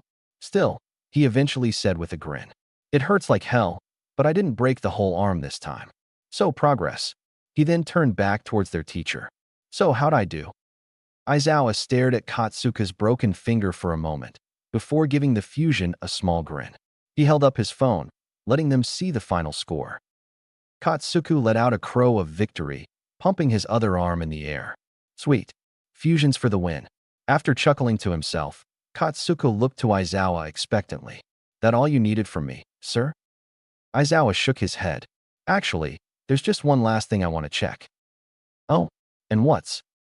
Mid-word, Katsuku flashed with green light, suddenly splitting back into Izuku and Katsuki. The two fell to the ground with a startled yelp, each instinctively holding their bruised, yet less swollen fingers. Katsuki let out a stream of colorful curses as Izuku just blinked up at the sky, baffled by their sudden reappearance. Ochako rushed forward in a panic, trying to help the confused boys up. Aizawa seemed completely unfazed by what had just happened as his eyes faded back to black, merely raising a brow at the boys sprawled on the ground. Huh, so that's what happens. Chapter 6, Hero Class, Part 1. The next day, Izuku came to a rather odd realization. Despite being the #1 most prestigious hero school in the country, UA was remarkably normal. Just like in middle school, they had the standard classes of math, history, English, etc. The only exciting bit was that they were all taught by pro heroes, but even a fanboy like Izuku couldn't really keep his excitement up listening to Ectoplasm drone on about derivatives. But then came the class they had all been waiting for, Hero Class. When All Might arrived for class, clad in his Silver Age costume for some reason, and opened the compartments for their costumes, Izuku couldn't help but feel apprehensive. He, Katsuki, and Ochako had spent days after the exam going over their ideas for costumes, each of them having several ideas, both good and bad. Izuku had fretted over his own extensively, trying to come up with a design that would cover all his necessary bases. He finally decided on one to send for UA to make, but he was worried that they wouldn't be able to craft it exactly how he drafted it, given its unconventional design. As he stared up at the suitcase that held his costume, he couldn't help but swallow slightly. He reached out, grabbed it by the handle, lifted, and nearly had the case drag him to the floor, hitting the ground with a heavy thud. The noise drew the attention of most of the class, gaining him startled looks. Whoa, dude, said Zero, the boy with the tape quirk, looking between Izuku and the case. You okay? Izuku took a moment to blink down at his case. He tugged at it slightly, measuring the weight of it. Then a wide grin spread out over his face. Yeah, he replied with a disbelieving laugh. Yeah, I'm great. With a bit of a heave, he lifted the case off the ground. Now aware of just how heavy it was, he could lift it with little issue. Zero gave him and the case a dubious look, then just shrugged. Okay, if you say so. Izuku nodded for him, then made to follow All Might down to the bus. Once they reached Ground Beta, the same fake city that the entrance exam had been held at, All Might herded the students into a set of locker rooms to change into their hero gear. Once Izuku had opened his case, he couldn't help but just stare at his costume for a moment. If it hadn't been for Katsuki yelling at him to hurry up, he might have just sat there in the locker room for the rest of the day in a stunned stupor. At first glance, the suit wasn't all that impressive. On the surface, it looked like a simple jumpsuit, mostly a light green broken up by solid bands of silver running along his forearms, around his waist, and up the middle of his chest, all the way to his neck. There was a pair of red boots with a matching utility belt, and a pair of thick, fingerless white gloves.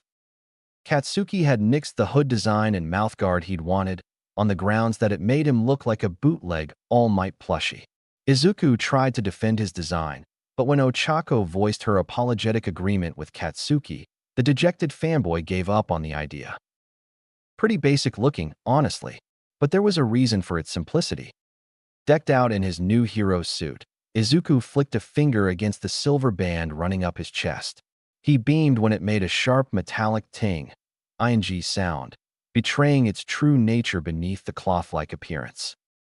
His appraisal of his suit made him the last one to exit the locker room, finding the entire class gathered in front of All Might at the entrance to the fake city. He couldn't help but gawk a bit at everyone else's costumes, his mind already trying to work out the purpose and advantages of all the bright colors and intricate designs. He briefly made eye contact with All Might. The number one quickly looked him up and down, giving him a subtle nod as his ever-present smile grew wider. Izuku felt his cheeks warm a little at the praise. "Deku, over here." Then felt that warmth turn to fire as he turned to see Ochako in her skin-tight bodysuit. Trying valiantly to fight down his blush, Izuku met her smile with his own. "Wow, Ochako, your suit turned out great."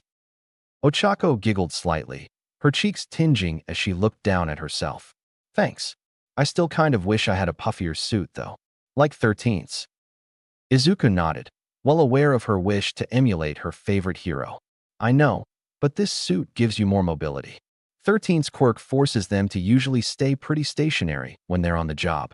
But your quirk lets you be more mobile, and a big suit like 13's might restrict your movement."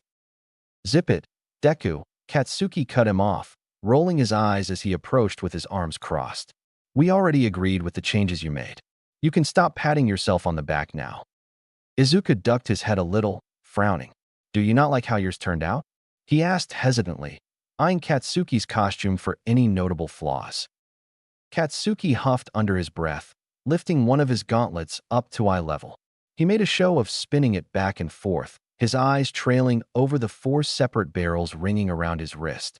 Izuku cringed a little, remembering the fuss Katsuki had made when he suggested having the size of his gauntlets and installing 4 smaller collection tanks, rather than one massive one. After Izuku had started to physically squirm under the silence, Katsuki smirked, recrossing his arms. "They'll do." Izuku let out a sigh, visibly sagging in relief. Ochako patted him sympathetically on the back, giving Katsuki an annoyed glare. The irritation just made him grin more. Ochako rolled her eyes away from the blonde bomber, then gave Izuku a curious look. "So, did your costume turn out like you hoped?" Instantly, Izuku's grin returned. "Yep," he said with a disbelieving chuckle. "It's exactly how I wanted it." Ochako nodded slowly, looking him over. "It looks good, but are you sure it's not too heavy?" She poked the silver part on his forearm curiously. Izuku just grinned, making a show of rolling his shoulders. "Not really. It's a little bit of an adjustment, but I think I can get used to it." As if to prove his point, he raised his left arm high above his head, inadvertently making the silver parts of his outfit gleam in the sunlight. Ochako still looked a little unsure, humming lightly. "If you say so." "Ah, just drop it, round face," Katsuki butted in, waving the conversation off dismissively. "Deku's not that dumb. He knows what he's doing." Izuku blinked, then smiled. "Oh, thanks, Kaken." "Probably." "Oh, thanks, Kaken." Izuku gave his smugly grinning friend a deadpan look, causing Ochako to let out a small giggle. "All right, everyone," All Might's voice suddenly boomed, drawing the attention of all. "Gather round. Today we start you on the path to becoming true heroes." From there, All Might explained the objective, an indoor battle between heroes and villains, with the heroes trying to capture a bomb that the villains had to defend. It seemed relatively straightforward, and Izuku felt that he had a fairly decent chance of winning for either side, so long as he was allowed to team up with Katsuki or Ochako. Then All Might announced that the teams would be chosen randomly, and before he could even cross his fingers to be paired with one of his friends. To start us off, Team A is Ochako Uraraka and Katsuki Bakugo. Of course. After that, Izuku was in fool and panic mode, dreading whoever he would get paired with. Nothing against his new classmates, but that was just the thing. He didn't know any of them that well yet. He didn't know how all their quirks worked, their mindsets, their personalities. He didn't know how well he could work with any of them, or if they'd even want to work with him. Plus, there was the complication of his quirk. All Might had made it very clear that he didn't want Izuku to hold himself back. So, if the situation arose, he might have to fuse with whoever his teammate was. And that thought came with its own set of worries. Chief among them, making sure that All Might's secret didn't bleed over into their minds the moment they unfused. Luckily, he'd been working on dealing with that. He remembered the day a few weeks back when, out of the blue, he received an email from All Might, forwarding him a personal message from the pro-hero Mandalay. Once he'd gotten over his fanboying at having one of the wild pussycats contacting him, he found that she had compiled a list of tips for how to guard his thoughts and form mental blocks. She'd noted that the information mostly came from her experience with villains doing such things to block her own quirk, telepath, but she felt confident that it would help him with his situation. Izuku had yet to ask All Might if Mandalay knew the full extent of his situation, but he accepted the information gratefully and started going through the mental exercises she had provided. Honestly, he was more concerned about how his teammate, heck, how his whole class, would react to human fusion. He could already hear the whispers and jeers he might soon be receiving.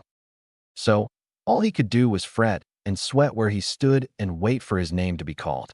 He was dimly aware of Katsuki and Ochako standing on either side of him, Ochako eyeing him with concern, while Katsuki just focused on All Might, ignoring that he was practically shoulder to shoulder with his panicking friend. Team B, Shoji and Mineta. Team C, Sato and Koda. Team D, Ida and Todoroki. Team E, Aoyama and Ishido. Team F, Izuku Midoriya and Momo Yaoyorozu. All the breath in Izuku's lungs fled in an instant, a near silent wheeze passing his lips. He slowly looked through the crowd to find the creation girl. She was already looking to him, his brows lifted a little in surprise. He swallowed nervously when she gave him a kind smile and a little wave, feeling his face heat up again. Beside him, Katsuki snorted. "So, think you'll be able to strategize without stuttering?" His chuckling was cut off by a sharp elbow to the side. Izuku didn't feel too bad about the glare he received. He did feel his stomach drop once All Might announced the first matchup. First up is Hero Team F versus Villain Team D. It took a moment for Izuku to remember who Team D was. When he did, and his heart restarted, he dimly turned his head until he found the people in question. Ida, clad in a full suit of intimidating armor that made it completely impossible to tell what he was thinking. And Todoroki, whose expression was so blank and unfeeling he might as well have been wearing a mask himself. "I'm so dead." 10 minutes later, Izuku stared up at the villain headquarters, clenching his hands and fists in the hope to stop their shaking. In just a few minutes, he was going to have to charge into the building and be expected to beat two people in a straight-up fight. Part of him, a rather loud part that sounded suspiciously like Katsuki, wondered why he felt so nervous. This was the exact kind of thing that they'd been training for since they were kids. To protect people, beat the bad guys, and save the day. The rest of him couldn't help but remember that the only real fight he'd ever been in was against that sludge villain, and that he'd been taken down with one hit. If he hadn't have been able to fuse with Katsuki. "Midoriya? Is something wrong?" Momo's voice pulled Izuku out of his musings, startling him a little. He smiled nervously up at her, doing his best to look at her face and not her rather minimal costume. Knowing about her quirk, he couldn't deny it was a functionable, effective design. It just didn't really help his already limited ability to talk with girls. Sorry, I guess I'm a little nervous. I've never really been in a real fight before," he admitted sheepishly, rubbing the back of his head. To his relief, Momo merely nodded. "Understandable. Honestly, I'm a little concerned myself. I had expected us to receive some type of training before being put in open combat with each other. But I suppose UA is known for its unconventional teaching." Even as he nodded in agreement, Izuku couldn't help but remember the few times he'd caught All Might skimming through a copy of the Dummy's teaching guide in the months he'd been training him and Katsuki. Still, Momo continued, "I believe we can succeed if we do our best. Don't you?" Izuku smiled at her confidence, shrugging. "I hope so." Momo hummed to herself, looking up at the building. "So, how do you think we should go about this?" After getting over the shock of her actually asking his opinion, Izuku put a hand to his chin, thinking, "I'm not sure. I can think of a few basic plans to search for the bomb, but without knowing the full extent of Ida and Todoroki's quirks, I don't know how effective they'll be. Momo nodded. Well, we can expect Todoroki to try and freeze the whole building. At Izuku's startled look, she explained. We both got into UA on recommendations, so we took our entrance exams together. From what I saw, he seems to stay mostly stationary and let his ice overwhelm his opponents. Izuku nodded, going back to his thoughts. Then he'll likely stay close to the bomb and attack from a distance, coupled with Ida's speed. He muttered lightly under his breath for a minute or so, long enough that Momo started giving him an odd look. Midoriya? Izuku blinked, his cheeks tinting a little. Sorry, lost myself for a second, but I think I had a few ideas. Momo's eyes lit up a little, giving Izuku a wide smile. That's great. But, before I forget. Yes? Izuku asked, wary of Momo's sudden hesitance. Sorry, but I just realized. Momo looked Izuku up and down briefly, unknowingly making the boy blush harder. Do you need me to make anything for your quirk? I doubt I'll have time to do so once the battle starts. To her surprise, Izuku beamed at her. Oh, thanks, but you don't have to. I already have that covered. Momo's brow raised in surprise, her giving the boy another look over. You do? Izuku's grin widened as he tapped his knuckles against the silver stripe running up his chest, Momo just then noticing how it gleamed in the sunlight. Yep. His smile dimmed as a thought struck him, one that he'd been battling against since the teams were announced. As much as he worried, dreaded, feared, was practically immobilized by thinking about how Momo would react to it. He really needed to tell her about the full extent of his quirk on the not so slim chance that they needed to fuse. Taking a deep breath, he hesitantly looked up into Momo's eyes. Yaoyorozu? Momo blinked at the sudden seriousness in his tone. Something wrong? Izuku scratched the side of his head nervously. Not exactly, but there's something about my quirk that you should. All right. On the top floor of the building, Team D was having a similar discussion. Forgive me, Todoroki, but I see a rather glaring flaw in your plan. Todoroki looked up at the armored Ida coolly, his face not betraying any emotion. And what's that? Ida's expression couldn't be seen behind his helmet, but his tone carried an unmistakable level of uncertainty. If you freeze the entire building, I will be greatly hampered in my ability to support you. I have not had the best of experiences running on ice. Todoroki grunted in acknowledgement, but then just faced forward towards the open doorway at the far end of the room. Don't worry about it. Once they're caught in my ice, the battle will be over. You won't have to do a thing. That's not quite the point I was getting at. Ida gave Todoroki a long look, trying to tell if the half-over boy was being purposefully dismissive of him or not. What if? All right. All Might's voice suddenly boomed throughout the building, making both boys look up. It's time for the first combat match of the year. Hero Team F versus Villain Team D. Begin. Before Ida could say anything more, Todoroki's single visible eye narrowed. The temperature of the room dropped in seconds as ice spread out from around his feet, racing across the floor and up the walls, encasing the fake bomb behind them in a thick cocoon of ice. As the ice reached the doorway and spread out down the halls, Ida couldn't help but huff slightly under his breath. Now seeing the full extent of Todoroki's power, he couldn't deny the logic behind his teammates' plan. While Midoriya and Yaoyorozu each had impressive quirks, he found it unlikely that either of them could escape the frozen prison Todoroki was fashioning around them. It didn't stop him from feeling a bit disappointed, though, despite how unprofessional it was. He'd been hoping to show off his abilities, to prove, in front of All Might no less, that he could match up to his brother. I suppose I'll just have to wait until next class to prove myself, Ida thought, crossing his arms as he waited for All Might to call the match. Nothing happened. Ida looked around the frozen room, a bit perplexed. Does it usually take this long to freeze a whole building? When he looked to Todoroki, he found the boy looking just as confused. I finished freezing it 30 seconds ago. It took another 10 seconds of silent staring at each other for them both to fully process what that meant. I don't suppose you thought of a backup plan? Across Ground Beta, All Might and the rest of Class 1A stood in the viewing room, watching the battle from the numerous monitors filling up one wall. Yeesh, Shiro said as he looked at the building, encased in several layers of solid ice. Todoroki's quirk is on a whole nother level. I'm glad we didn't end up against him. Tokoyami nodded slowly at the sight. Indeed, such overwhelming power casts quite a shadow on the rest of us. So you put a finger to her chin as she looked over the screens. I feel kind of bad for Ida. It'll be hard to run on all that ice. Mina let out a bright cheer. It doesn't seem to be slowing the others down, though. Go, Yaoyorozu.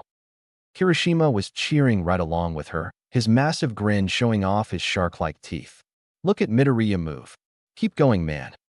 As All Might watched Team F move through the facility, he couldn't help but feel a bit of exasperated humor behind his perpetual grin. When Izuku had asked his opinion on his planned hero costume, the pro had noticed one minor detail that could cause his successor problems. He'd been tempted to point it out, but given that the flaw was merely cosmetic and left his student in no danger, he decided to let Izuku find out his mistake on his own. He was here to learn, after all, and the most effective lessons were learned through experience. Across the room, Ochako leaned over to whisper to Katsuki. Did Deku plan on showing that much skin? Katsuki snorted loudly, a manic smirk on his lips. The way his mind works? He probably didn't even think about it. Ochako looked back at the screen, feeling her cheeks warm a little. Well, judging from the look on his face, he's definitely thinking about it now. As the frozen hallways passed by in a blur, Momo couldn't keep the small smile tugging at her lips off her face. The worry she had felt seeing the approaching ice had fled within seconds once she and Izuku started moving. Izuku's solution to the ice had been so simple, she was almost embarrassed she hadn't thought of it herself. Seriously, how had she not considered making ice skates? Years of figure skating lessons were being put to incredible use as she skated up the icy passageways, the only thing slowing her down being the occasional set of stairs. At the rate she was moving, she would find the bomb in no time. But more impressive to her was the figure keeping pace right behind her. She spared a glance behind herself as she raced down a third-floor corridor, taking in Izuku's less graceful but more mightful path through the ice. Whereas Momo skated atop the ice, Izuku just ran right through it, his metal-infused body smashing through the ice like it wasn't even there. It baffled her a bit how simply combining himself with metal allowed him such strength and speed, but she could not argue with the results. His attitude, on the other hand. Midoriya, she called back to him. Are you okay? To him, fine, came the stammering reply. If she already didn't know better, she would assume the cold was making him stutter. Let's just keep moving. Momo giggled lightly as she saw his cheeks warm under all that metal. Honestly, she thought to herself, his costume isn't even that revealing. She had to say, the idea behind his costume was quite clever. All the silver areas of his suit had been made from metallic fiber, woven together so tight and fine that it gave the appearance of cloth. Tantalum tungsten alloy, he said it was one of the strongest metals ever made. The costume contained enough metal that Izuku could fuse it throughout his body, always available to him at a moment's notice. It was a brilliant idea, in theory, but Momo had a sneaking suspicion that, once Izuku had hit upon the idea, he put all his focus into figuring out the function of the suit and not so much the aesthetics of it. Because once he absorbed all the metal in his costume, what he was left with was lacking. The result left him in little more than knee-high shorts and a loose cropped jacket that ended at his elbows, which billowed behind him like a cape as he ran. Frankly, looked to Momo like a green, male version of her own costume, save his boots and gloves. It did have an appealing contrast against his silvery metal skin, she had to admit. But unlike herself, who had spent quite a lot of time getting over her quirk's need for exposed skin, Izuku didn't seem to have considered the need for such conditioning, given his visible embarrassment just before the match started. All right, if you're sure. Momo grunted slightly as she leapt over a particularly jagged block of ice, hearing it shatter seconds later as Izuku barreled through it. How long do you think we have until we run into Ida? Not much, Izuku called back. Once they realize we weren't frozen, Todoroki will likely start melting the ice. Then there'll be nothing to slow Ida down.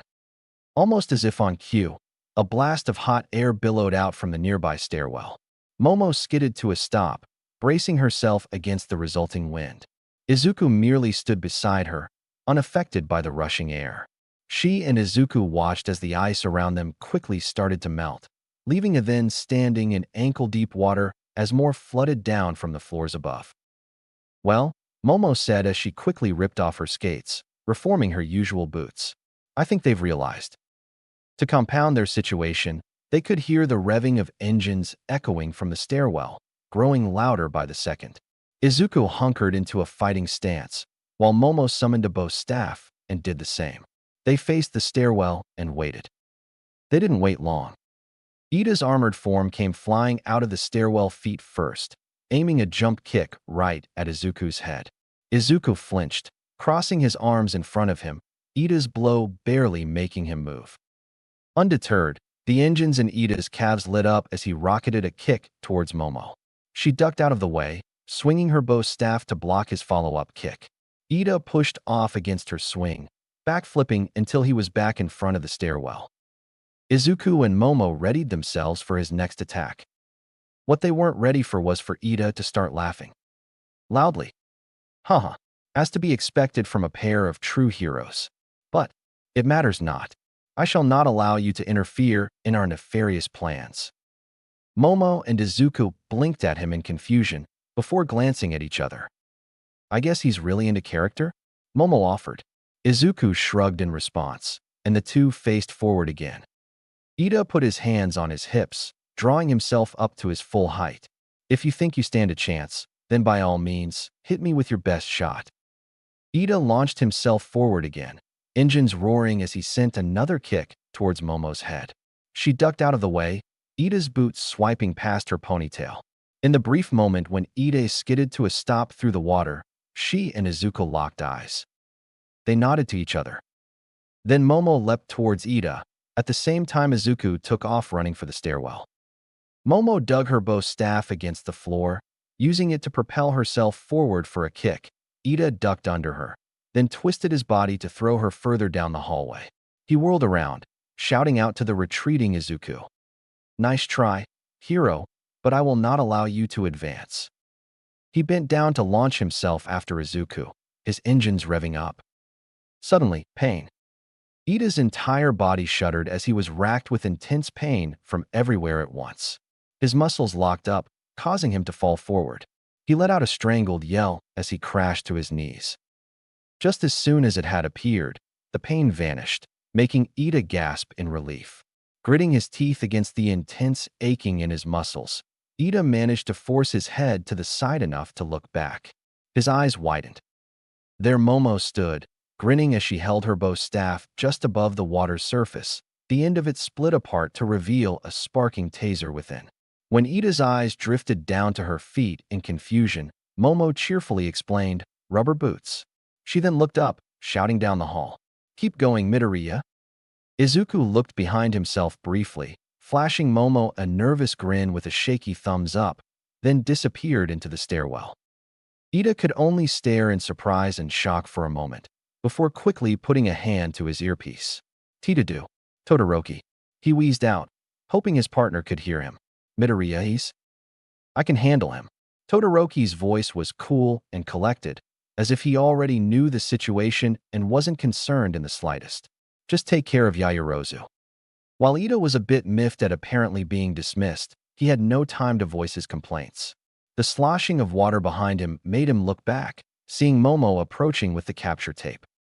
Fighting against the sharp stinging still coursing through his body, Ida fired his left engine up to full power, spinning him into a sudden roundhouse kick. Momo leaned back from the blow, blocking it with her bow staff and bring the taser into bear. Undeterred, Ida then revved his right engine, reversing his momentum and catching the bow staff under his right foot, ripping it out of Momo's grasp. The staff clattered against the wall, its taser sparking out, before falling into the water below, out of sight. Momo gasped as her weapon was torn away from her, then yelled as Ida took advantage of her surprise to kick her in her midsection, sending her sprawling to the floor. Momo quickly pushed herself to her feet, finding Ida squaring up for a fight. "Well then, as my nefarious cohort has your partner handled, that just leaves me to subdue you," My lady. Despite the pain in her ribs, Momo couldn't help but grin at Ida's hokey acting. After focusing for just a moment, her forearms lit up with red light, two steel tonfas bursting from her skin. She caught them, getting into a fighting stance of her own. Not if I beat you first, Ida? Izuku practically flew up the stairwell and through the fourth floor, his every step producing a heavy impact as he ran. He checked every room he passed in case Todoroki had moved at the same time Ida had. He was 90% sure that the half-hot, half-cold user was on the top floor, given how he and Momo had watched the building freeze from the very top down. Their plan was simple. Once the villain team split up, Momo would keep Ida distracted while Izuku hunted down Todoroki. Knowing that the ice user would likely stay close to the bomb and freeze it and himself inside the room, Izuku would simply punch through the ice and, while Todoroki was stunned from the shockwave, leap across the room and touch the bomb, ending the match. Momo had voiced her concern with whether or not Izuku was strong enough to break through Todoroki's ice. But once they started moving through the building and she saw him just run right through the ice without slowing, she accepted the plan with no issue. Izuku wasn't too worried, for once. Yes, Todoroki's power was impressive, almost overwhelming. The ease off which he'd completely frozen the building within seconds was intimidating, no doubt. But Izuku had seen All Might's feats of strength a million times, even once seen him shatter a glacier during a natural disaster. He now had that same power inside him, and was ready he could use it. As he reached the fifth floor, the sudden drop in temperature told him that his chance had come. Halfway down the hall, one of the open doorways was completely iced over. He approached it slowly, just in case Todoroki had some way of retaliating. When nothing happened, he stood in front of the ice wall, taking it in. It looked like a solid sheet of ice, trails of steam lifting from its surface as it touched the relatively warmer air. Izuku couldn't see through it, implying that it was likely several feet thick. Not a problem, Izuku thought as he lowered into his standard punching stance, tensing his legs for the coming run. Taking a deep breath, he pulled his arm back, feeling the now familiar rush of one for all rushing just below his metallic skin. Steel smash. The sharp crack of breaking ice echoed throughout the hallway. Izuku grinned widely as his arm blasted right through the wall of ice. Then stopped. Izuku blinked in surprise, his smile fading fast. His eyes darted between his metal arm and the wall of ice, which remained standing with only a small ring of spider web cracks surrounding where his arm pierced through. With a sharp yank, he pulled his arm free of the wall. A quick look showed that he hadn't even reached the other side of it. "What?" he said softly in confusion. After looking at his arm for a moment, his brow furrowed. Pulling back his other arm, he fired off another punch. Steel smash. Another impact echoed throughout the hall, but was met with a similar result, just a few cracks showing his efforts. Steel smash. Bang. Smash. Bang. Smash. Bang. Nothing. Izuku's panted as he stepped away from the ice wall, the scattered cracks along its surface mocking him. It didn't make any sense. He remembered that day on the beach, when he had tapped into one for all for the first time. The overwhelming, awe-inspiring power that let him split the sea with a single punch. He could feel it right now with every punch. It was nearly identical. Nearly. Izuku's eyes shot wide, cold dread building in his stomach. He stared down at his metal arms in disbelief. Clenching his teeth in desperation and denial, he pulled back his arm. He focused on the blazing feeling of one for all coursing through his muscles, putting all his weight into the blow as he screamed. Smosh. With a thunderous blow that shook the building, Izuku's arm crashed through the wall of ice, creating a cracking crater 6 feet across. Concrete and ice rained down from the ceiling, broken by the mere shockwave of the impact, the floor cracking under Izuku's feet. The concrete walls on either side of the doorway were blasted apart, crumbling to rubble. But the ice wall still stood. Izuku pulled his arm back slowly, a feeling of numbness coursing through him that had nothing to do with the cold. He stared at the crater he'd made in mounting horror. I put everything I had into that punch. If I hadn't been fused, I would have broken every bone in my arm. But he looked up and down the hall incredulously. The concrete walls in front of him had crumbled away, revealing the layers of ice hidden just behind them. It stretched the entire length of the revealed section, and the part of izuku that was still coherent bet that it stretched all the way around the room Todoroki was holed up in. Likely the ceiling and floor as well, if he was as smart as Momo said.